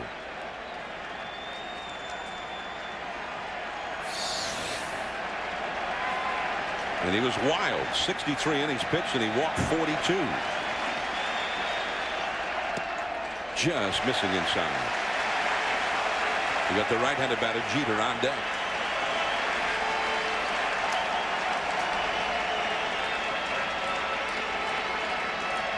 The Yankees batting order is structured so that you get the lefty Johnson, the righty Jeter, the lefty Giambi, then 2 switch hitters, and then the lefty Matsui. 3-0. Well, the one thing, if you're looking at the Yankees lineup, they're really not platooning a lot. I mean, you may be platooning Rivera in right field, but talking to Joe Torre, he said the guy can play both ways. He can play against lefties and righties, and that's not a concern. So you're really not doing a lot to this lineup when you bring in a left-hander or a right-hander. I mean, they handle both well. There goes Soriano, and he makes it.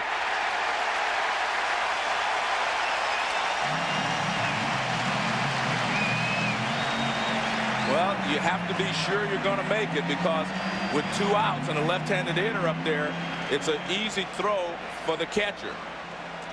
But he does catch everyone by surprise. And I think he caught the third baseman by surprise, and I think that's, well, he starts over, he gets there. And he does a good job of just making sure he blocks the ball. Runner at third now. And the chop.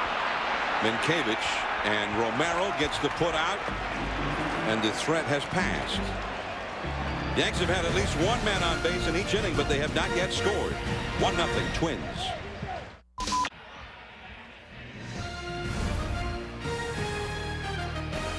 ESPN's presentation of the 2003 MLB Division Series, brought to you by Hampton Inn. We love having you here. Mike Messina has thrown 78 pitches these first 5 innings, and he is behind 1-0. As he throws a first pitch strike to the cleanup hitter Matthew LeCroy. Jock Jones and Torrey Hunter will follow for the Twins here in the 6th inning. LeCroy has grounded a short and struck out against Messina. Off the outside. 1 ball, 1 strike. The Twins with 4 hits, the Yankees with 4 hits. Each team has had other opportunities to score.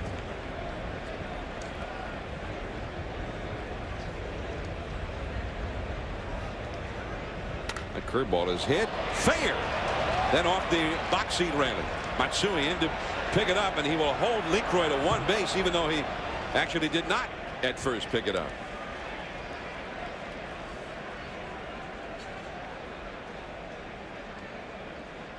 Well, LeCroy gets out in front of this as a breaking ball. I mean, he hits it hard down the left field line. It hits off the railing and bounces back off the stands and bounces back out. Matsui got to it pretty quickly, but then he didn't pick it up. But he does hold LeCroy to a single. LeCroy not a real fast runner. Well, he's actually a catcher, so I guess not, right? By trade. You know, kind of interesting. They don't have David Ortiz was the guy that was hitting the DH spot for him last year. He had a fabulous year for the Boston Red Sox.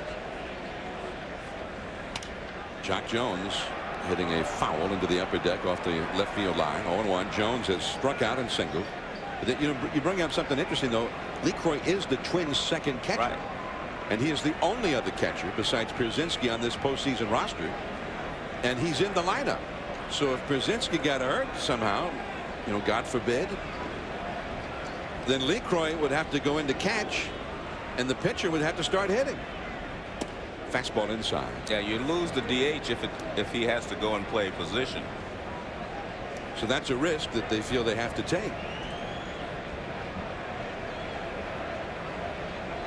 The other thing is, and we asked Ron Gardner about this, is what if you're down by a run late in the game and you need to pinch run for LeCroy? I mean, he's your other catcher. And Boone does not have room to go get that one.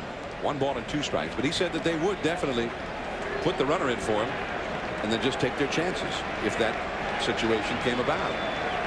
The emergency catcher, or in this case the third catcher, is Denny Hocking, the utility player, the veteran. And the shadows continue to advance upon home plate. Yankee Stadium, postseason in the offing. And Jones strikes out. Tried to check, couldn't do it. Now let's go down to Gary Miller. John Johan Santana left with a shutout. Now he's had problems in his left leg cramping before. This was his right or push-off leg for the first time. They finally got the cramp to stop. He's day-to-day, but they do expect that he'll make his scheduled start in Game 4. All right. Well, that could be very important for the Twins. I mean, you get to Game 4. They wanted to go with the 3 starters, and he's their guy. He's been their best guy in the second half of the year. Torrey Hunter shoots one into right center. Bernie Williams can't get to it. It skips by him, and now they'll start running. LeCroy to third. Alger's waving him on. Soriano throws to third, and he throws it away. Now Hunter's heading home. Boone retrieves. Safe at the plate, and the Twins have just scored twice on what should have been a base hit to center.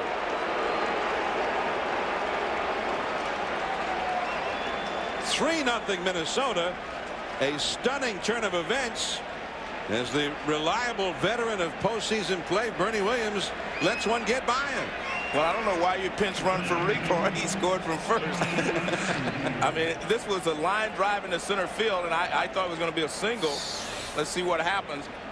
Good hitting there by Torrey Hunter. He lines it into center field. The ball looks like it skips right there. It skips past him. Bernie thought he was going to get a good hop, and the ball just kind of skidded and got past him in the outfield. And then Soriano comes up, and instead of throwing home, he thought he had a shot at third base, and you can see he didn't have a shot because Hunter was there, and the ball bounces off the wall, and the heads up Hunter gets up and scores. Not a good sequence by the Yankees. Now Koski into left field, and Matsui, that one goes by him. Koski will go to second. And the Yankees, the veterans of so many of these kind of games, are the ones that are crumbling here at the moment against the young Twins.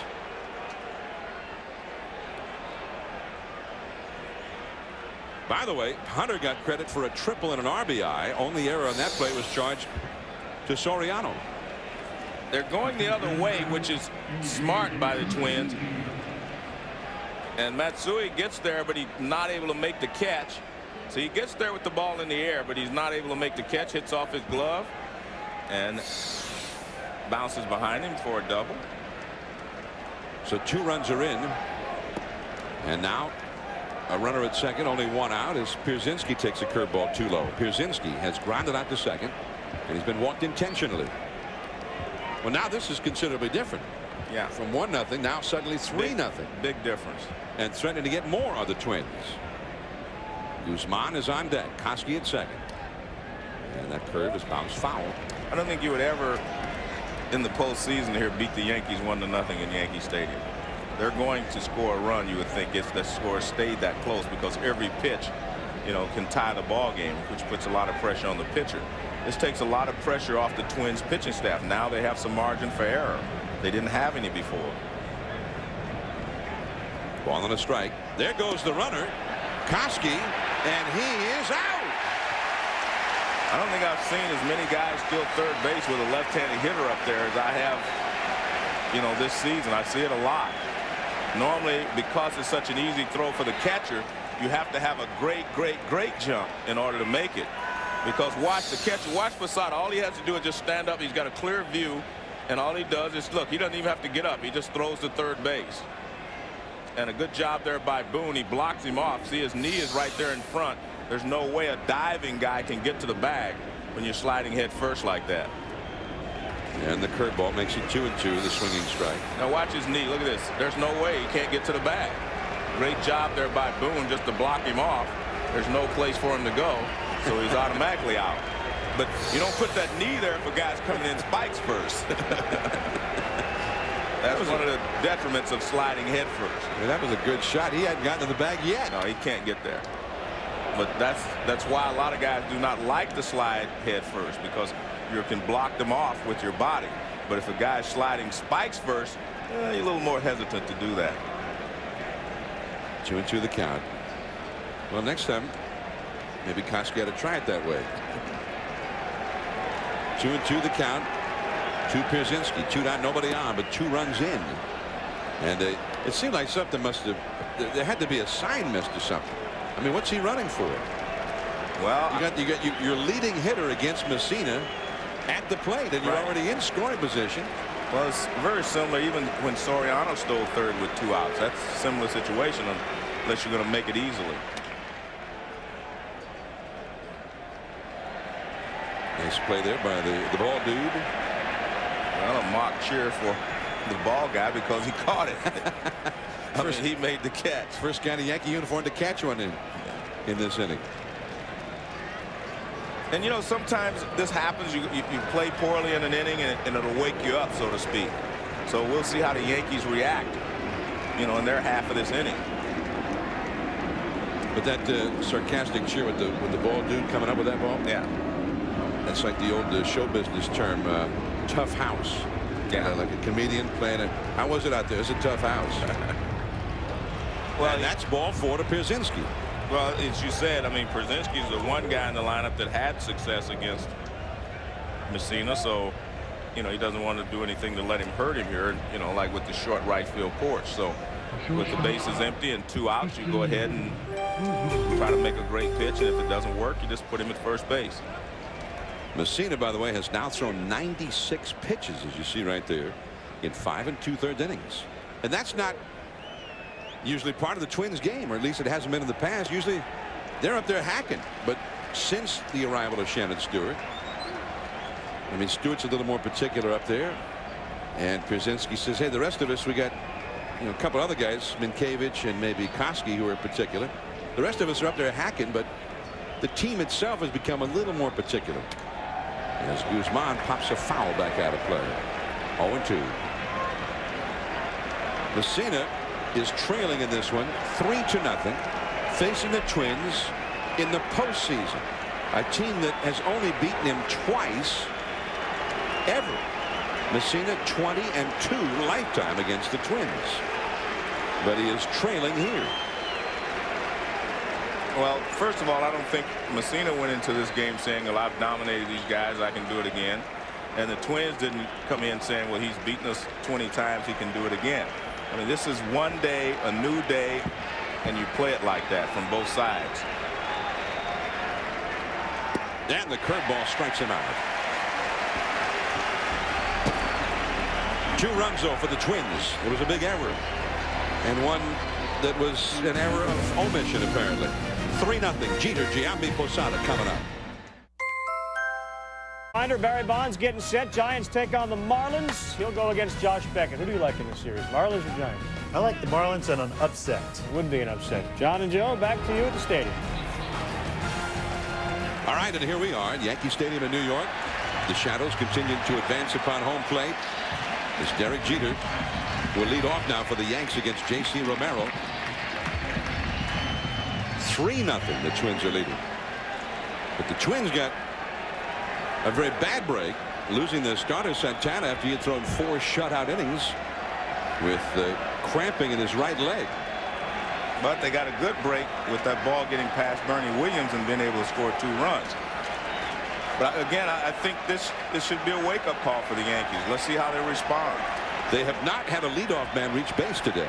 As Jeter leads off here. Fastball from Romero misses. Jeter is single and walk. He'll be followed by Giambi and Posada. And this is truly the spot with those guys coming up for him to get on base and get something started. Derek Jeter hit .324 in the regular season. Nice ahead of the count, 2-0. And Romero has just been erratic since he's been in. off the plate inside, off the plate outside. And this part of the lineup, I think they will force him to throw some strikes. Jeter, and just off the glove of the leaping Guzman. Stewart gets it back in. A single for Jeter, so he gets aboard. I mean, as good as Jeter is, he always seems to be a little bit better come the postseason. Well, this pitch was a little bit inside, it appeared to be, but he gets the barrel of the bat out there and lines it over shortstop. And Guzman just can't quite get up in time. Look at that, right off the tip of the glove. Jeter is the first Yankee to lead off an inning reaching base in this game. We're in the 6th. Now Giambi. He is grounded to second and he is struck out. 1 ball, no strikes. Well, Giambi wasn't patient against Santana. He swung at those high pitches. A couple of them up in the end, and the last one he struck out on the time before was up and over the plate.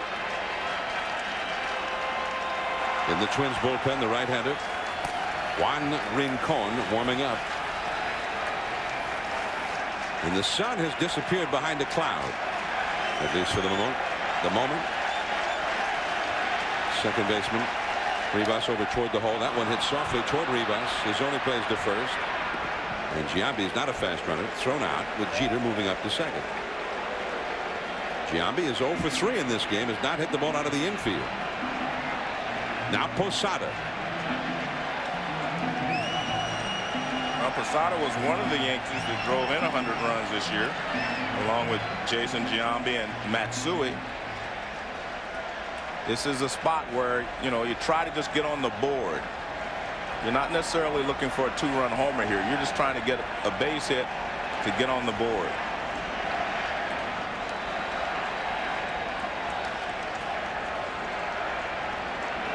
Now the catcher Pierzynski out to the mound, and he's signaled for Guzman, the shortstop, to join them at the mound. Pierzynski, Guzman, and Romero all chatting at the mound there for a moment. With Jeter at second, 1 out, and Posada coming up. Posada hit 30 home runs this year, which tied Yogi Berra's team record for catchers. And Yogi Berra, who won more than one Most Valuable Player award in the American League. And Posada might do that this year. That's a strike caught on the outside.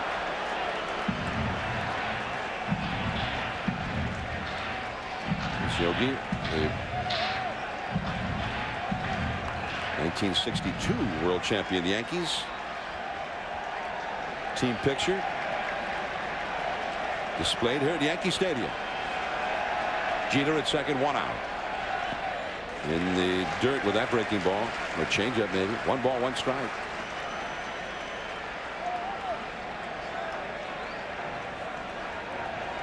Well, the Minnesota Twins have played very well defensively in this game. The Yankees has been a different story. The Twins have pressed the action, and it's paid off. And a couple of big mistakes for the Yankees in this inning. Changeup, 1-2.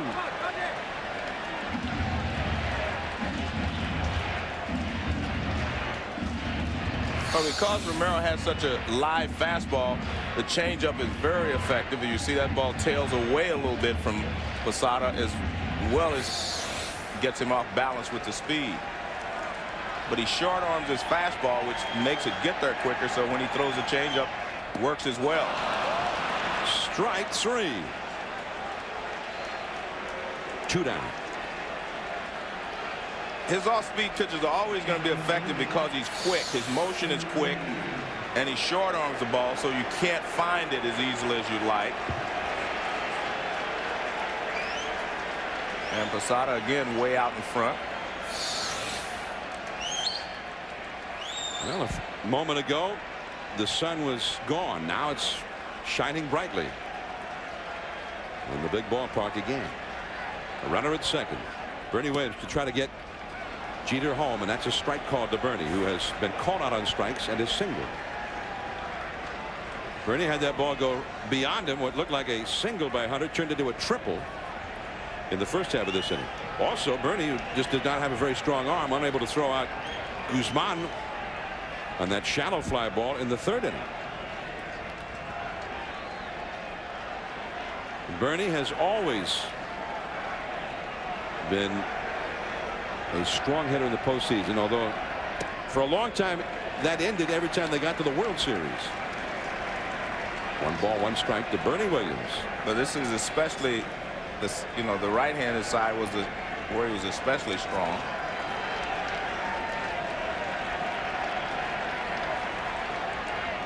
Change up in the dirt. 2-1. Matsui, a left-handed hitter, is on deck.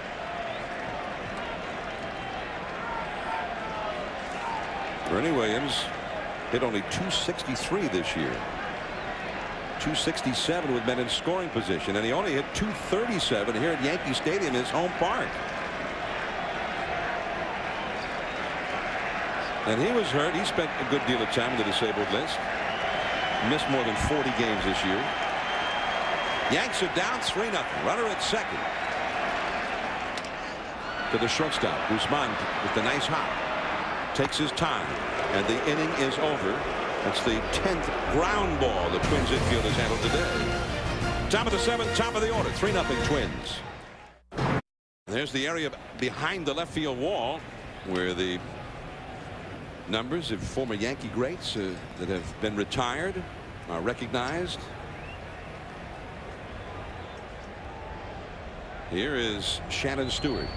Right now, the Yankees are down 3-0. As we start the 7th inning, Stewart has doubled and singled and struck out. He's 2 for 3. His single in the third helped set up the first run of the game. Mike Messina, who just threw his 100th pitch of the day. And that's a strike. 1 ball, 1 strike. 3 runs, 7 hits for the Twins. No runs, 5 hits, and 1 error for the Yankees. Casey Stengel, number 37. Yogi Berra, Bill Dickey, 2 numbers 8. But Troy Hawkins up in the Minnesota bullpen. And Peter Pasquarelli is speculating that maybe he'll go to 7 and 8 because, you know, tomorrow's an off day and then they play a game and then another off day. So they may try to make sure that they have all their weapons going for them down the stretch here so they can try to win this first ball game. Well, we asked Gardenhire before the game if Hawkins could go 2, and he said, and he kind of had a little smile on his face, says absolutely, especially with the day off the next day. But for that day off really to pay off for a club, you got to be ahead going to the late innings like they are. Bernie Williams going back into deep center, and he's got it.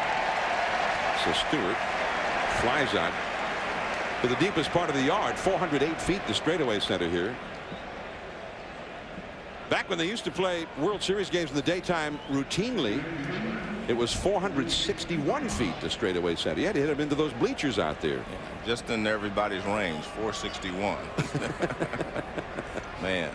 And the power alley, where it's now 399, they had, it was so deep out there they had the bullpens on what used to be the field out there. Yeah, it was 457 to left center. Luis Rivas taking a curveball for a strike. Mel Stottlemyre, the pitching coach, has just been on the phone, and looks like the Yanks may get something going in their bullpen. Rivas hit that sacrifice fly in the third to knock in the first run of the game. Officially, he's 0 for 1. And that's a ball. 1 ball, 1 strike. There is for the Yankees, Felix Heredia, a left-hander, gets up in the bullpen. Curveball, and that misses. 2-1. Well, that's another way. I mean, you talk about some of the ways the Yankees were different from earlier in the year. Heredia and Gabe White acquired fairly late in the season, and they have really done a job out there getting left-handed hitters out, which had been a problem for the Yankees. That one is hit, foul. 2-2 the count. Messina working here in the 7th with 1 out, nobody on. 3 runs, 7 hits allowed. He's walked 3. One of those was an intentional walk. 5 strikeouts. And then another day he might have pitched the same game and nobody would have scored yet. Drops down from the side with the curveball for the strikeout. His 6th of the game. More baseball coming up later today, but also a full day of baseball tomorrow at 4 o'clock Eastern, 1 Pacific. Game 2 from Pacific Bell Park. Florida and the Giants. Brad Penny up against Sidney Ponson and Pac Bell. At 7 Eastern, 4 Pacific. Game 2, the Cubs and Braves. Joe and I will be at Turner Field as Carlos Zambrano takes on Mike Hampton. Then at 10 o'clock Eastern, 7 Pacific. Game 1, the Red Sox and the A's from Oakland tomorrow night. Pedro Martinez up against Tim Hudson. Quite a matchup there. So 3 ball games all on ESPN tomorrow. And there's ball 1 to Minkiewicz. He is 0 for 3. He's had 2 comebackers and a fly ball to left. And the clouds have hidden the sun from view again. 1 ball, no strikes to Minkiewicz. 2 down, nobody on for the Twins. And the curveball for a strike on the outside. Just the scattered clouds overhead, and occasionally the sun disappears behind one.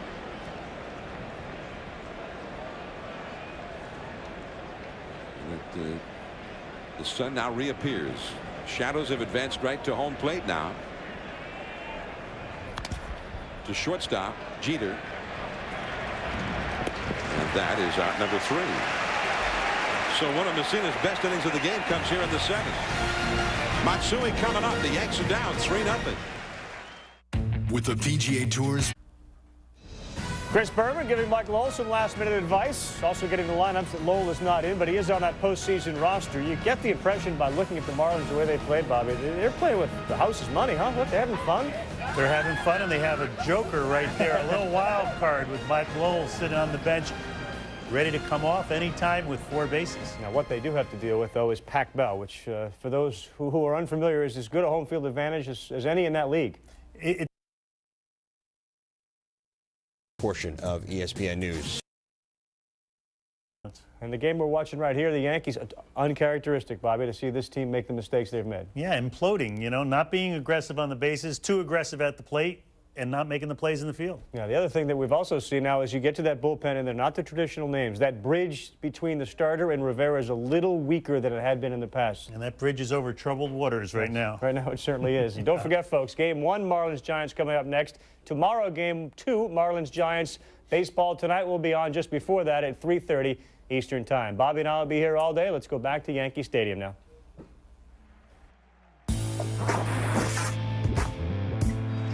Can you feel it? Playoff baseball.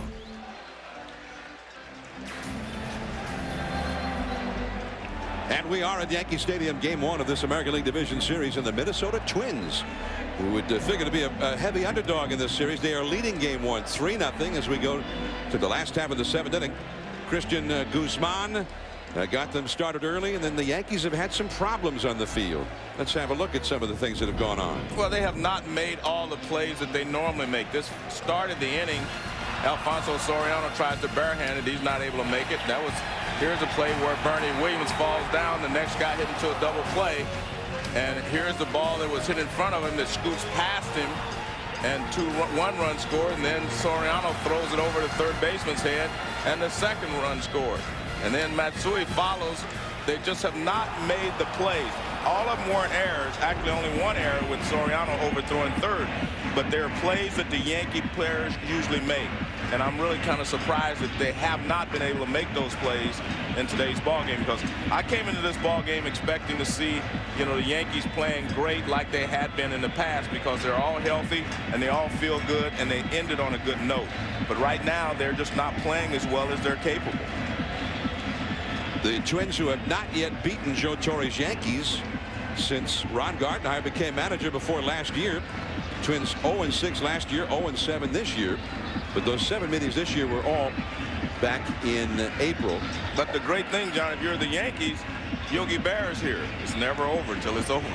So they have 3 more innings. They got 9 outs with which to work, and they'll have to do something with those 9 outs. Well, you know, in postseason play, if you give away an extra 90 feet, an extra base here and there, or if a team can take an extra base, that can turn a whole game around. The Twins have had 8 extra bases either because of Yankee miscues or just aggressiveness on the bases or both. Yeah, you're right. I mean, everything is magnified in postseason, especially here when you have a short 5-game series. If it was a 7-game series, you have time to overcome just about anything. But in a short 5-game series, that first game is very, very important. Romero to Matsui with 3 right-handed hitters due to follow, and the right-hander LaTroy Hawkins up and ready in the Minnesota bullpen. Perhaps this will be the final man that Romero will face. And ball 1 ball 1 strike. Matsui has singled to center, and he has grounded into an inning-ending double play. There's Hawkins, number 32, the big right-hander. And he looks like he's ready, John. He's ready.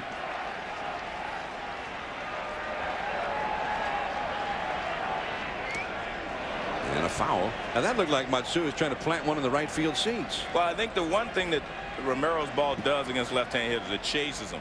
It tails in. And he was trying to open his hips and pull that ball because it was tailing in. 314 feet to the right field foul pole at Yankee Stadium. He's a Matsui fan in left field.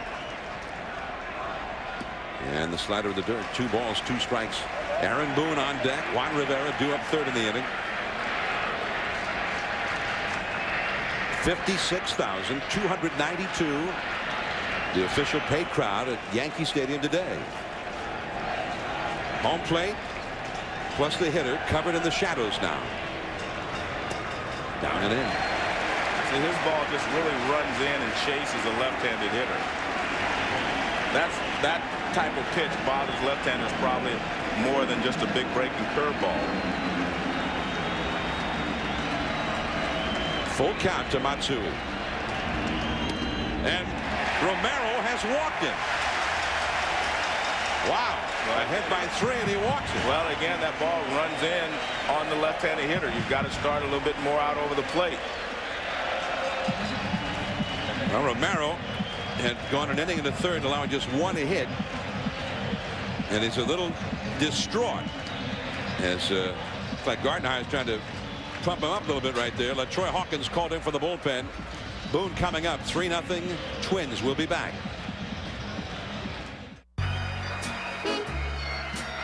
Program in the 1st. 204 hits, 3rd best in the National League, and a lot of speed to spare for these Florida Marlins. Game 1 coming up next between Florida and San Francisco on what looks like a great day at Pac Bell. And John, you can certainly speak to that. There is LaTroy Hawkins, and usually the way things have worked for the Twins the last couple of years, by the time they get to Hawkins and then Guardado, game's over. Right. Well, he said that, you know, when they had Santana in the bullpen, they actually tried to make it a 6-inning ball game all the time when you were facing the Twins. They'd bring, you know, Santana in, Hawkins in, and Guardado, and we'd say goodnight. So he's going to try to do the same thing here. I think he's going to try to get LaTroy Hawkins to throw 2 innings here in the 7th and the 8th, and then go to Guardado in the 9th if they still have the lead. But I think that's why, if you're the Yankees, you know, you have to make something happen pretty quickly here, and you're off to a good start here in the 7th with a base on balls. Hawkins, in his last 32 appearances of the year, his earned run average was .85. So the deeper into the season they got, the better Hawkins was. He inherits a base runner. There is Matsui at first base. Boone is the hitter. Nobody out. Yanks trying to get something started at the bottom of the order. That is up the middle and through. Base hit. Matsui stops at second. Not that time for Guzman, who went into that slide, but this one shot by him. Well, I think you make the slide if you're trying to stop and throw to first base. Here, I think you have to catch the ball first. I'm not sure what happens here, but Guzman, well, it was a funny hop. I think that's why he did it. So he has an in-between hop. He didn't do it, I don't think, just because he couldn't get there. But I think it was an in-between hop, and he was trying to get down low so he could gauge the hop. See, the lower you get, the easier it is to gauge the hop. And I think that's what he was trying to do. Now Ruben Sierra, the veteran, will come up as a pinch hitter, acquired from Texas earlier this year.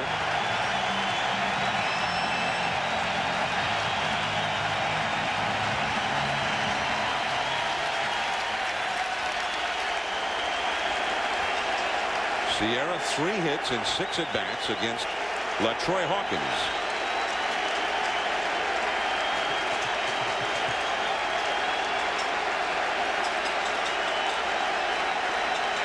And he is the possible tying run.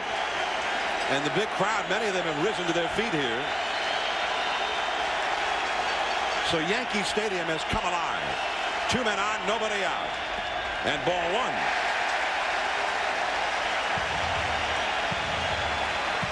That kind of noise from a big crowd in this ballpark, did that rattle Hawkins? Well, I don't think it's going to rattle him. I think the Twins, you know, being in the playoffs last year, winning the series, I don't think they're going to get rattled.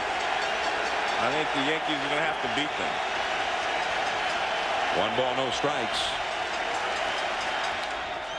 Back to Hawkins. He took his time, got 1 there, but knocked the second out. It took an extra beat there before he made the throw to second. Matsui over to third. Sierra safe at first. Well, I think he was a little bit off balance when he did catch the ball. I don't think he was just right there. He was a little bit off balance, couldn't get out of his glove. Watch this right there. See, he doesn't get out of his glove cleanly the first time. So then he did make sure, because he threw a bullet to second base. But he couldn't get out of his glove the first time.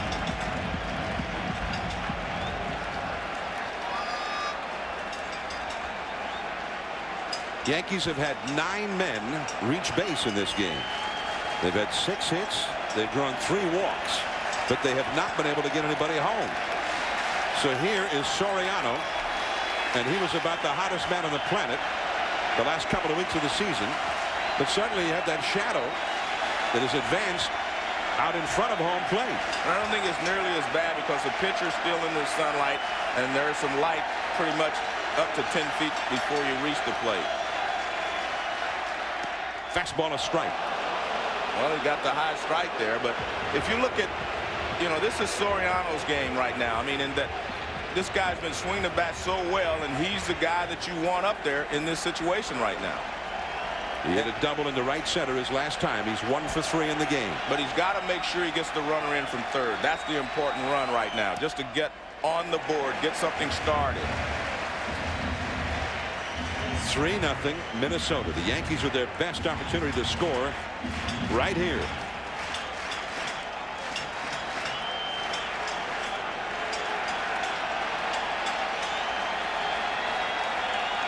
Matsui at third, Sierra at first.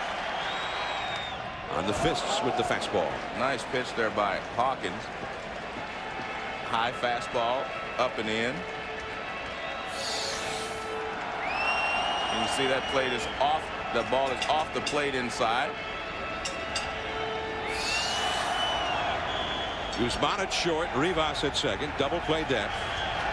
Now you're talking about the importance of at least getting that runner home from third here.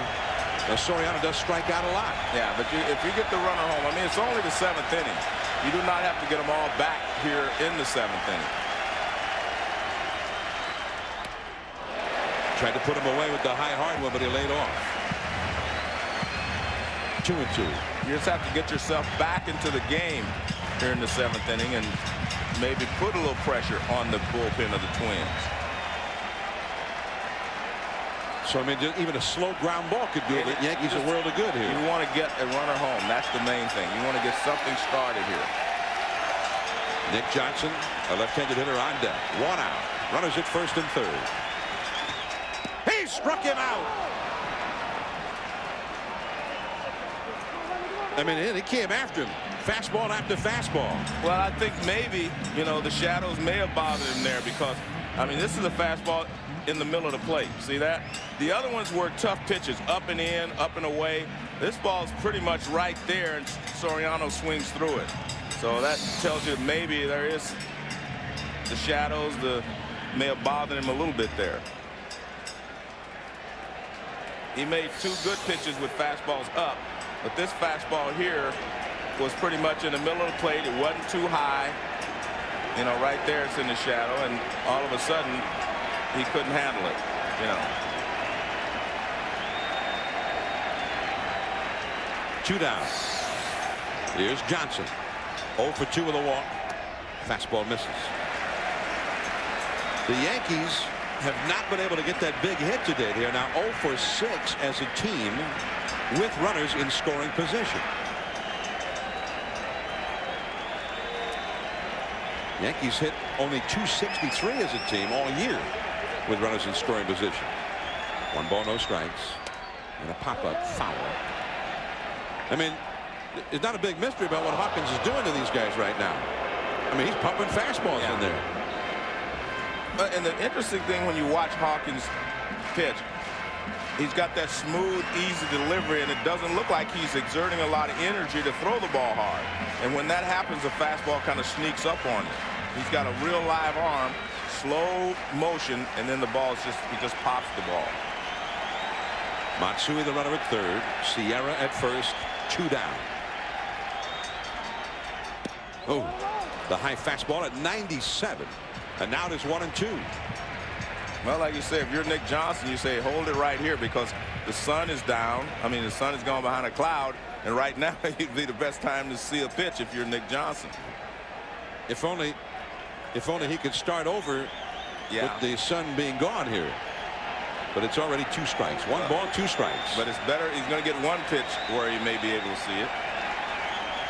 Sun has fallen behind the cloud, as you can tell. And he just swung at that pitch a moment ago. No, it tells you that he could see that one better because he was able to lay off of it. But unfortunately for him, here comes the sun again. Jeff Nelson up in the Yankee bullpen, perhaps getting ready to come on in the 8th. 3-0 Twins. The Yankees had 2 men on and nobody out to start this inning. Now 2 on, 2 out. Sun's back out.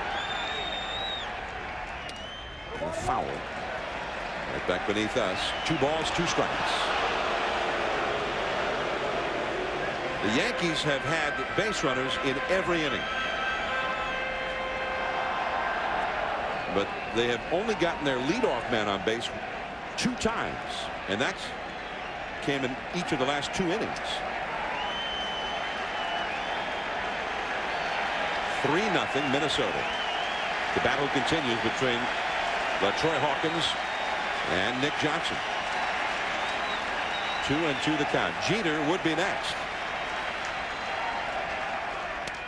And another pop foul. Well, he's given him quite a battle here. Yeah, he's doing a good job of fighting these pitches off. But Nick Johnson does that pretty well. I mean, he doesn't overswing when he gets 2 strikes. Johnson, who just turned 25 11 days ago.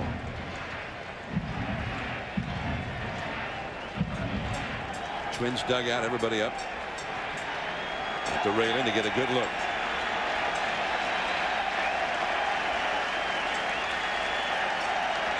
Two and 2. They'll try it again. This is the 7th pitch of this sequence. And again, Johnson gets a piece of it to fight it off. And the battle will continue.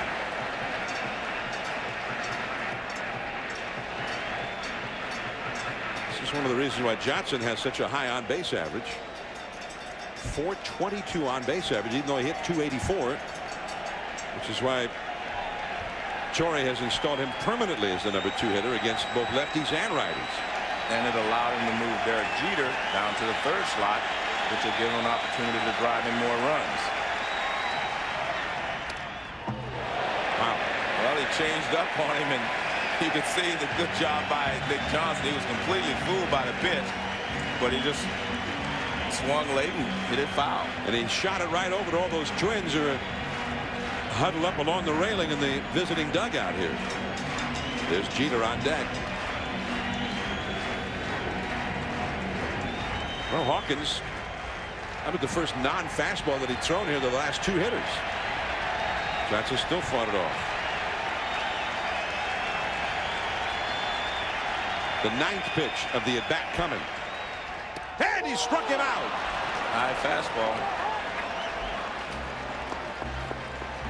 And so it goes for the Yankees on this day, at least so far. 4 Twins pitchers have worked a shutout through 7. LeCroy, Jones, and Hunter coming up.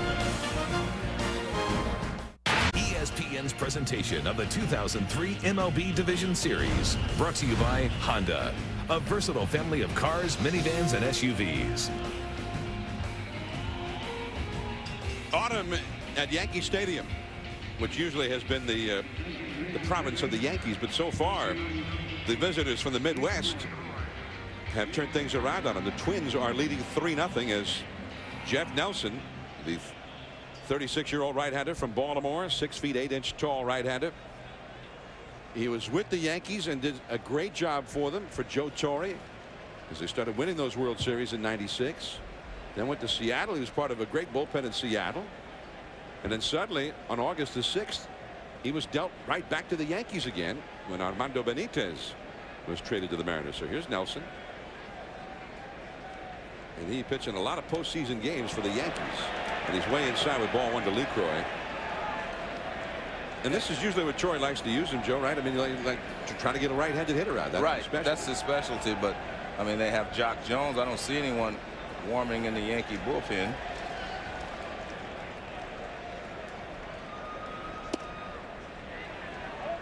And that's a ball, 2-0. Yeah, Heredia's up and throwing again now, John. So maybe he is only going to pitch to 1 hitter. We'll see. Well, he hasn't been able to find the strike zone yet. 3-0.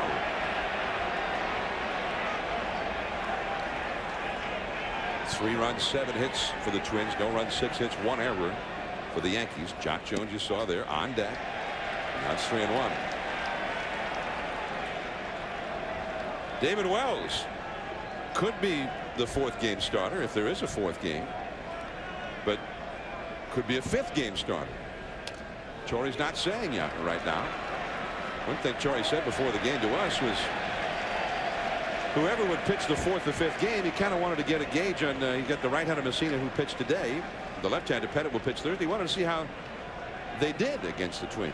Yeah, he wanted to see how the Twins match up. And last year, the Twins were very vulnerable against left-handed pitching. And I think he wants to see how Pettit handles them in game 2 and compare that with the way that Messina handled them here in game 1. And then I guess he'll decide from that point. The thing is, with that extra day off, Messina could pitch game 4 on full rest.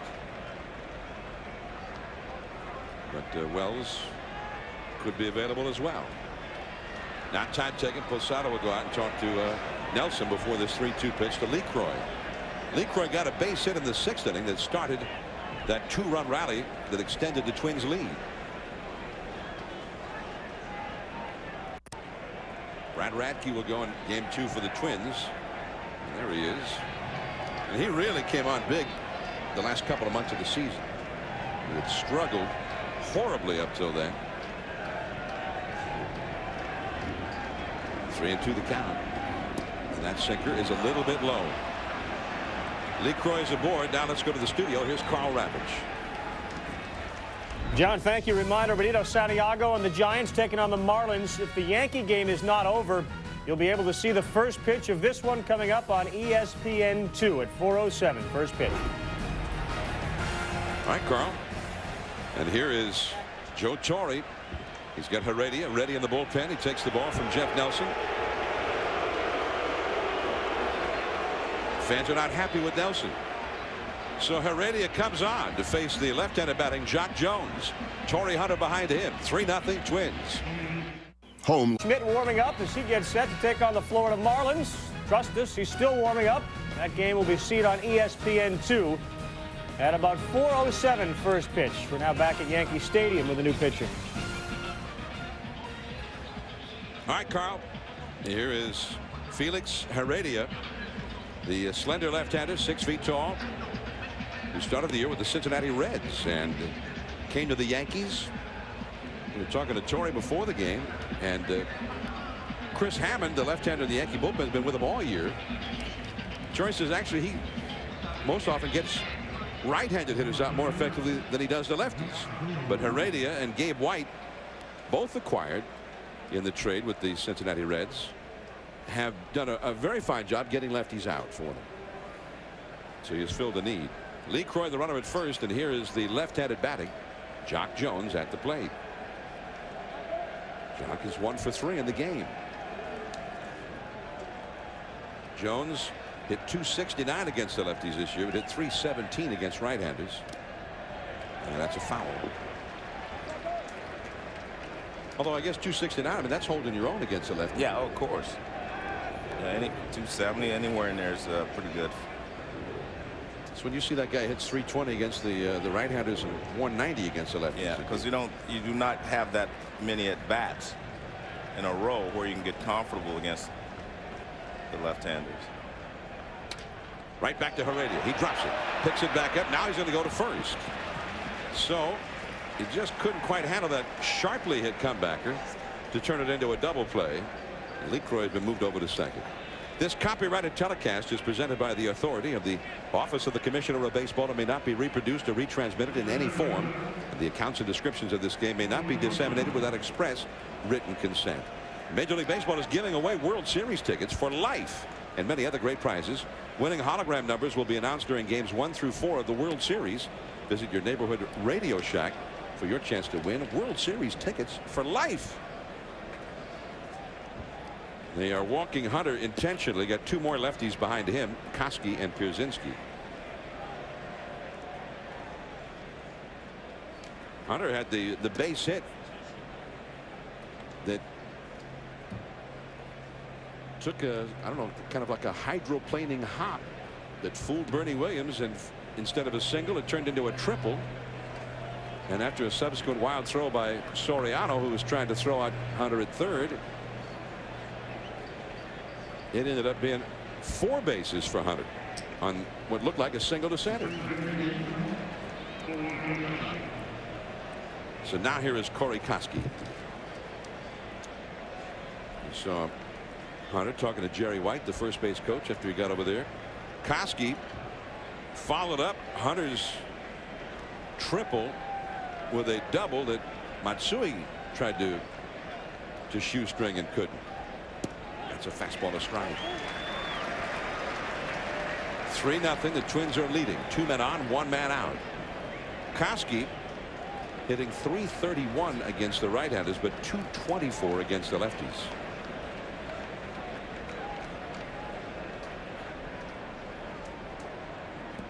And that breaking ball, a swing and a miss. The ball ended up in the dirt. Strike 2. And Heredia can be very tough on left-handers because he kind of swings the ball. He doesn't have a fluid motion where you can just pick the ball up out of his release. I mean, he kind of slings the ball, and those are the toughest left-handers, I think, to hit because you can't pick up the spin until late. He helped the Florida Marlins win the 1997 World Series against Cleveland. Pitched real well in that World Series. And that's a ball. He got into 4 games and pitched 5 1/3 innings, gave up no runs and only 2 hits in that World Series.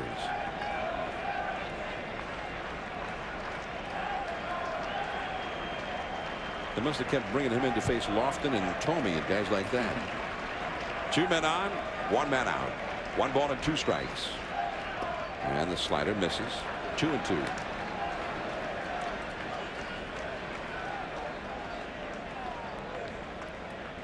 A.J. Pierzynski, another lefty, is on deck.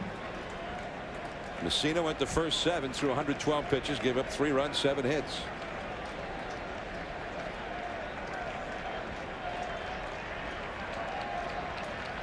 Lee Croy at second, Hunter at first. And that's a foul. A tap off to the right. Still 2-2. LaTroy Hawkins, who got into all kinds of trouble, he inherited a base runner. The first man he faced got a base hit, Aaron Boone. He had 2 men on and nobody out in the last of the 7th and got through it. He struck out both Soriano and Johnson. Some great pitching in the clutch there by LaTroy Hawkins. And the Yankees will test him again in the last half of this inning. They got big hitters coming up.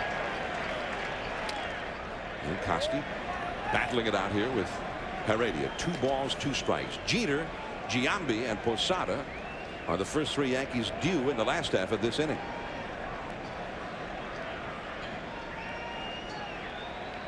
Coming up at 4, the Marlins and the Giants from Pacific Bell Park, and ESPN2 will begin the coverage of that game as we stay here with the Yankees and the Twins. 2 balls, 2 strikes, 2 on, 1 out, and that's a base hit to right. However, LeCroy started back to second base, fearing that somebody might catch it, then had to turn back around and go to third. So third is as far as he's able to go as Sierra gets the ball back in. The bases are loaded now with 1 out for Pierzynski. Well, it's a low line drive, and low line drives you have to make sure the ball goes through. And watch, it's going to be a low one, so it's not like he can see right from his angle that it's a base hit right away. You know, if it's a high line drive, you know it's over the infielder's head, but right there you couldn't tell. So a good job of base running by LeCroy to make sure that he didn't get doubled off. So now the bases are loaded. The Twins have the chance to really open this one up. They are already leading 3-0. They're going to play back at second and short for a double play. And that will bring home a run. Pierzynski is hit by the first pitch, and now Torrey is saying, wait a minute, he swung at it. And he did swing. They called it a swing. The third base umpire saying, yes, he did swing. Jerry Davis on the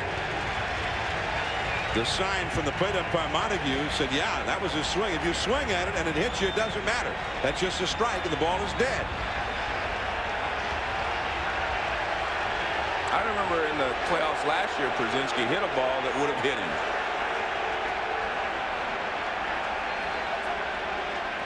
And Pierzynski comes back. He's not upset. I think he realizes that maybe he did. I mean, Pierzynski, I don't think a free swinger is not good enough description for Pierzynski.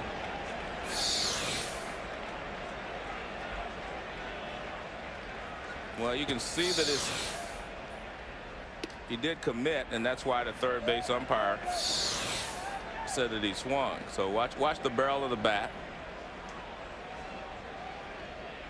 and you can see he did go around before he could stop it. Ball on a strike now. And now it's 2-1. He has not swung again here.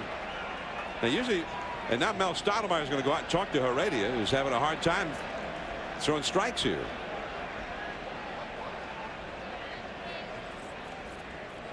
Two and 1 the count. Posada joins Stottlemyre and Heredia on the mound here. Pierzynski talking to Ed Montague about it. I mean, usually when there's an inside pitch, you're supposed to spin the other way, right? Well, he had opened up. I think you just have to check his swing. That's all. He doesn't have to. You know, if you start, you just check your swing, but he couldn't check his swing. He was all the way around here, so therefore it was called a strike. But I mean, why did he start? Hey. He was looking for something he could handle, and he thought he had it. That didn't look like it had a lot of movement running in on him. It didn't look like it was headed for him the whole time. Now that should be 2. Heredia gets 1. Now Posada to first. Double play. The Yankees stay alive. Pierzynski got a hit and then hits a double play. We are at Yankee Stadium. Meanwhile, the Marlins and Giants are just moments away from getting started at Pacific Bell Park, and that game is on the air right now on ESPN2. So if you're looking for the Marlins and the Giants, it's over on ESPN2. First pitch scheduled for about 4:06 Eastern time, 1:06 Pacific time. Jason Schmidt versus Josh Beckett there. Here, the Minnesota Twins are holding a 3-0 lead as Derek Jeter, who's been on base all 3 times, tried to get himself aboard with Giambi on deck. And Hawkins throws him a strike. And Joe, we watched those shadows crossing home plate heading out to the mound, but right now the sun is not shining. The lights are on at Yankee Stadium. Perhaps a break for Jeter and the Yankee hitters if it stays like that. Right to second, there's Rivas. And Jeter hustling up the line, but out by a step, 1 away. That's the first time he's been retired. Well, it was a good pitch by Hawkins. He took a little off, and it was moving down and away, and Jeter kind of took a half swing at it.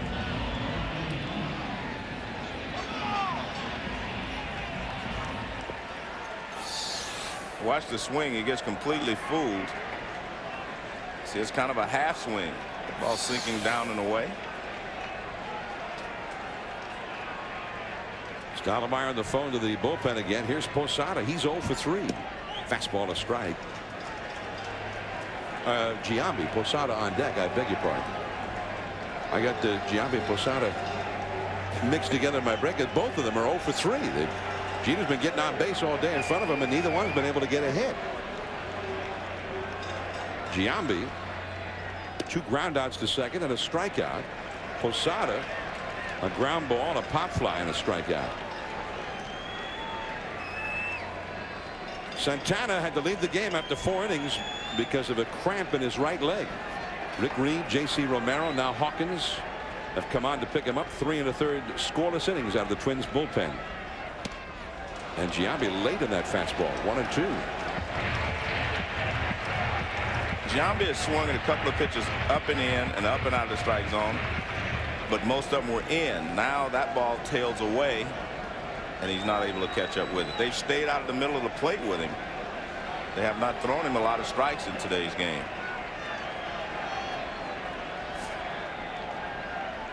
And he strikes him out. Well, that was a fastball right there, but he couldn't catch up with it. 97 miles an hour from Hawkins.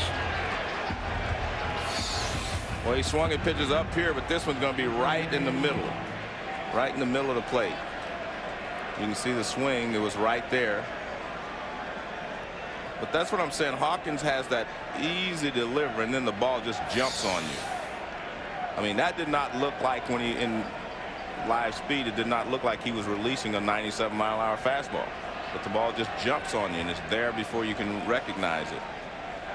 So Giambi, the Yankees home run leader, an RBI leader, 0 for 4. Now Posada, 30 homers, 101 RBIs. He is 0 for 3, and he takes a strike.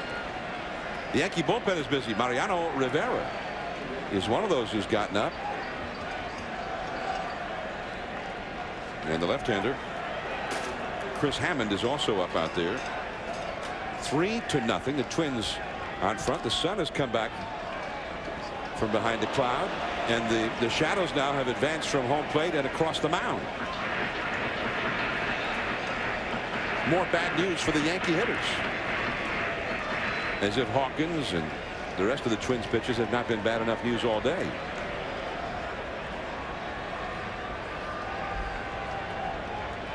Posada, 4 hits and 11 at bats. Of course, LaTroy Hawkins the last 2 years has been a much different pitcher than the LaTroy Hawkins that hitters saw before that. Used to be a starting pitcher, and for a while was the Twins closer. That's into the upper deck. 0-2. Well, he's throwing so well, John. The shadows are helping him, but he doesn't really need any help. But again, I think it's the nice, easy motion that he has that really helps him with his fastball. Now he struck out Giambi, and there were no shadows. No. It was just overcast. Yeah, he's throwing well. And the sun has disappeared again. 0-2. Curveball, strike 3. Wow. Hawkins has retired 6 in a row, 4 of the last 5 on strikeouts. 27 pitches, 21 for strikes. 3-0 Twins. That's Christian Guzman leads off for the Twins. He's the 9th place hitter, and Heredia misses off the outside with ball 1. Guzman has had an infield hit and scored a run, and in some ways he kind of set the tone for the rest of the day for the Twins. I mean, he took it to the Yankees himself, and although he took, in one instance especially, a ridiculous chance, it paid off. Well, that's what the playoffs are about. No fear. I mean, not being afraid of making a mistake and putting the pressure on the other team. And that's really what the Yankees do normally. And today, you know, so far it hasn't looked like a Yankee kind of day so far. But let's face it, they still have 3 outs. And you still have to win 3 games to win the series. Giants and Marlins are underway over on ESPN2. And a strike is called to Stewart from Heredia. Stewart is 2 for 4. He's had a double and a single. He struck out and fly deep to center. Sun has popped through from behind a cloud again. And that's in there for a strike. 0-2 the count. So the mound and home plate in the shadows. Most of the right side of the infield and all of right field in the shadows. And that's more similar to what the batter kind of sees. The bright background, but he's in the dark. And that is a swing and a miss, but he's going to reach. Stewart strikes out on a slider in the dirt, and he's at first. Well, so far it's been that kind of day for the Twins. Things have gone their way. I mean, Heredia strikes him out on a wild pitch.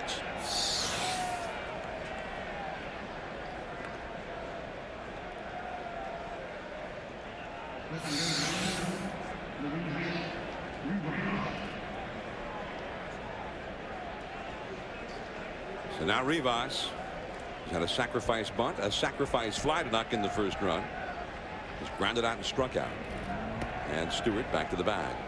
Strikeout and a wild pitch is the ruling by the official scorer. Oh, I'd already done that, hadn't I? You did? Yeah. I just wanted to mention that he agreed with you. Oh, okay.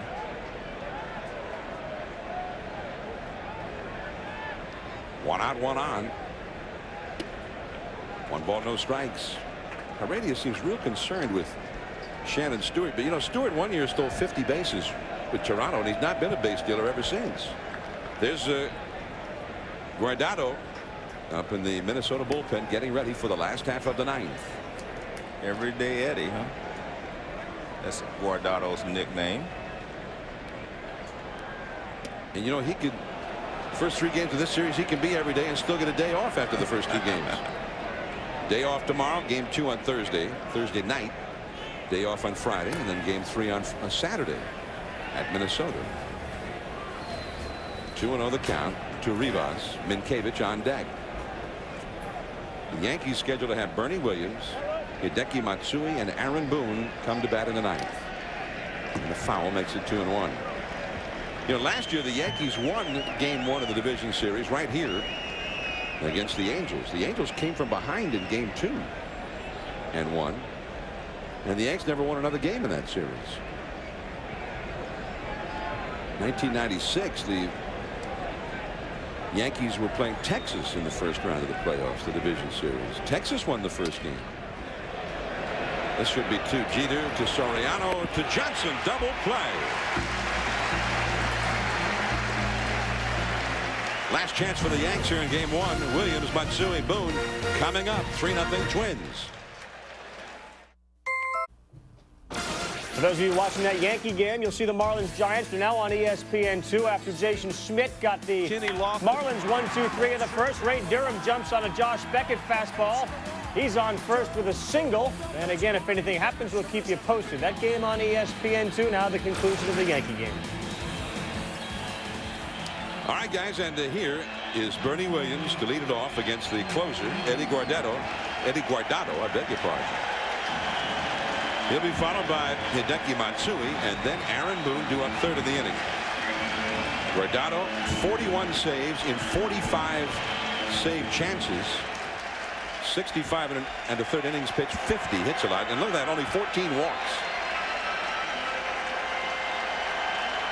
The bullpen had to take over this game in the 5th inning because of an injury, really a cramp in the right leg of the starting pitcher Santana. Rick Reed, J.C. Romero, and LaTroy Hawkins. What a job by Hawkins. Well, you know, normally they pitch him 1 inning, but today they pitched him 2, and I think it's due to the fact they're going to be off tomorrow and so forth. But he's kind of the setup man for Eddie Guardado. He only goes 1 inning normally. Bernie Williams, base hit to right center. So Bernie with his 2nd hit of the game. Now Matsui.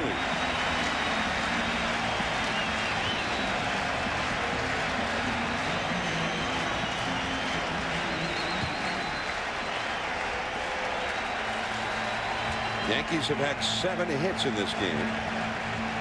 And Bernie Williams becomes the 10th Yankee to have reached base in the game.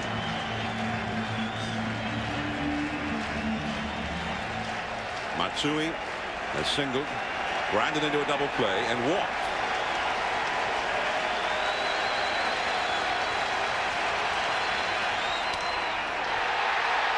Deep into left field. That ball is caught. What a play by Shannon Stewart. Bernie Williams has to retouch second and race back to first. Shannon Stewart with a leaping catch just as he got to the wall. The only reason I knew he caught it, John, when he leaped was that the fans weren't screaming out there. And they even give him a hand. I mean, that was a great catch. When it was first hit, I thought it was a home run. Look at that. And he leaps now. You see the fans aren't reacting. That's what told me that he caught it, because I couldn't see clearly that he did catch it. But he does a great job. He's leading with his right hand so he knows where the wall is. And he comes down with it. Look at his right hand tells him where the wall is. And he just reaches up and makes a great catch. It looked like he hit that fan's glove before he hit the wall with that hand. There you see Gardenhire trying to see. He probably thought it was a home run as well. So here is Boone. 0-1 the count. Well, I guess the point is, this is the way it's gone all day. The Twins have made the plays, and the Yankees have not been able to make the plays that they normally make. Yankee Stadium in the fall. That is a base hit down on a field line. Guardado is not fooling anybody. Bernie Williams is going to be held at third by Willie Randolph on a double by Boone. And now Sierra comes up as the possible tying run. Well, you see how important that catch was. Again, the Twins have made the plays.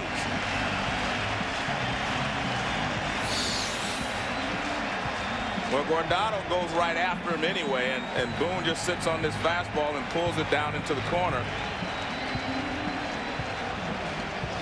And Bernie Williams ends up at third, and Boone's at second. And as John said, he hasn't fooled anyone yet. Rick Anderson, the pitching coach, out to the mound.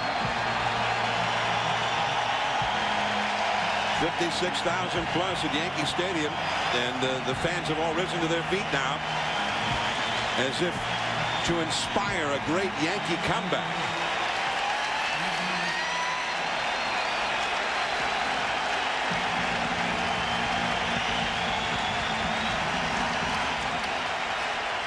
Getting base runners has not been the problem for the Yankees today. Getting them a home, that has been so far impossible.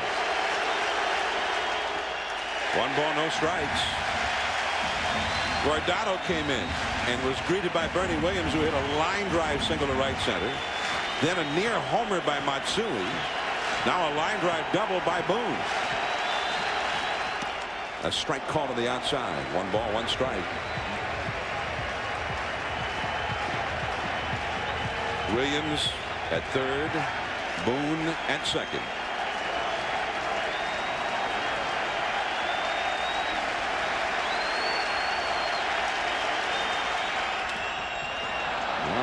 High fly ball, shallow right.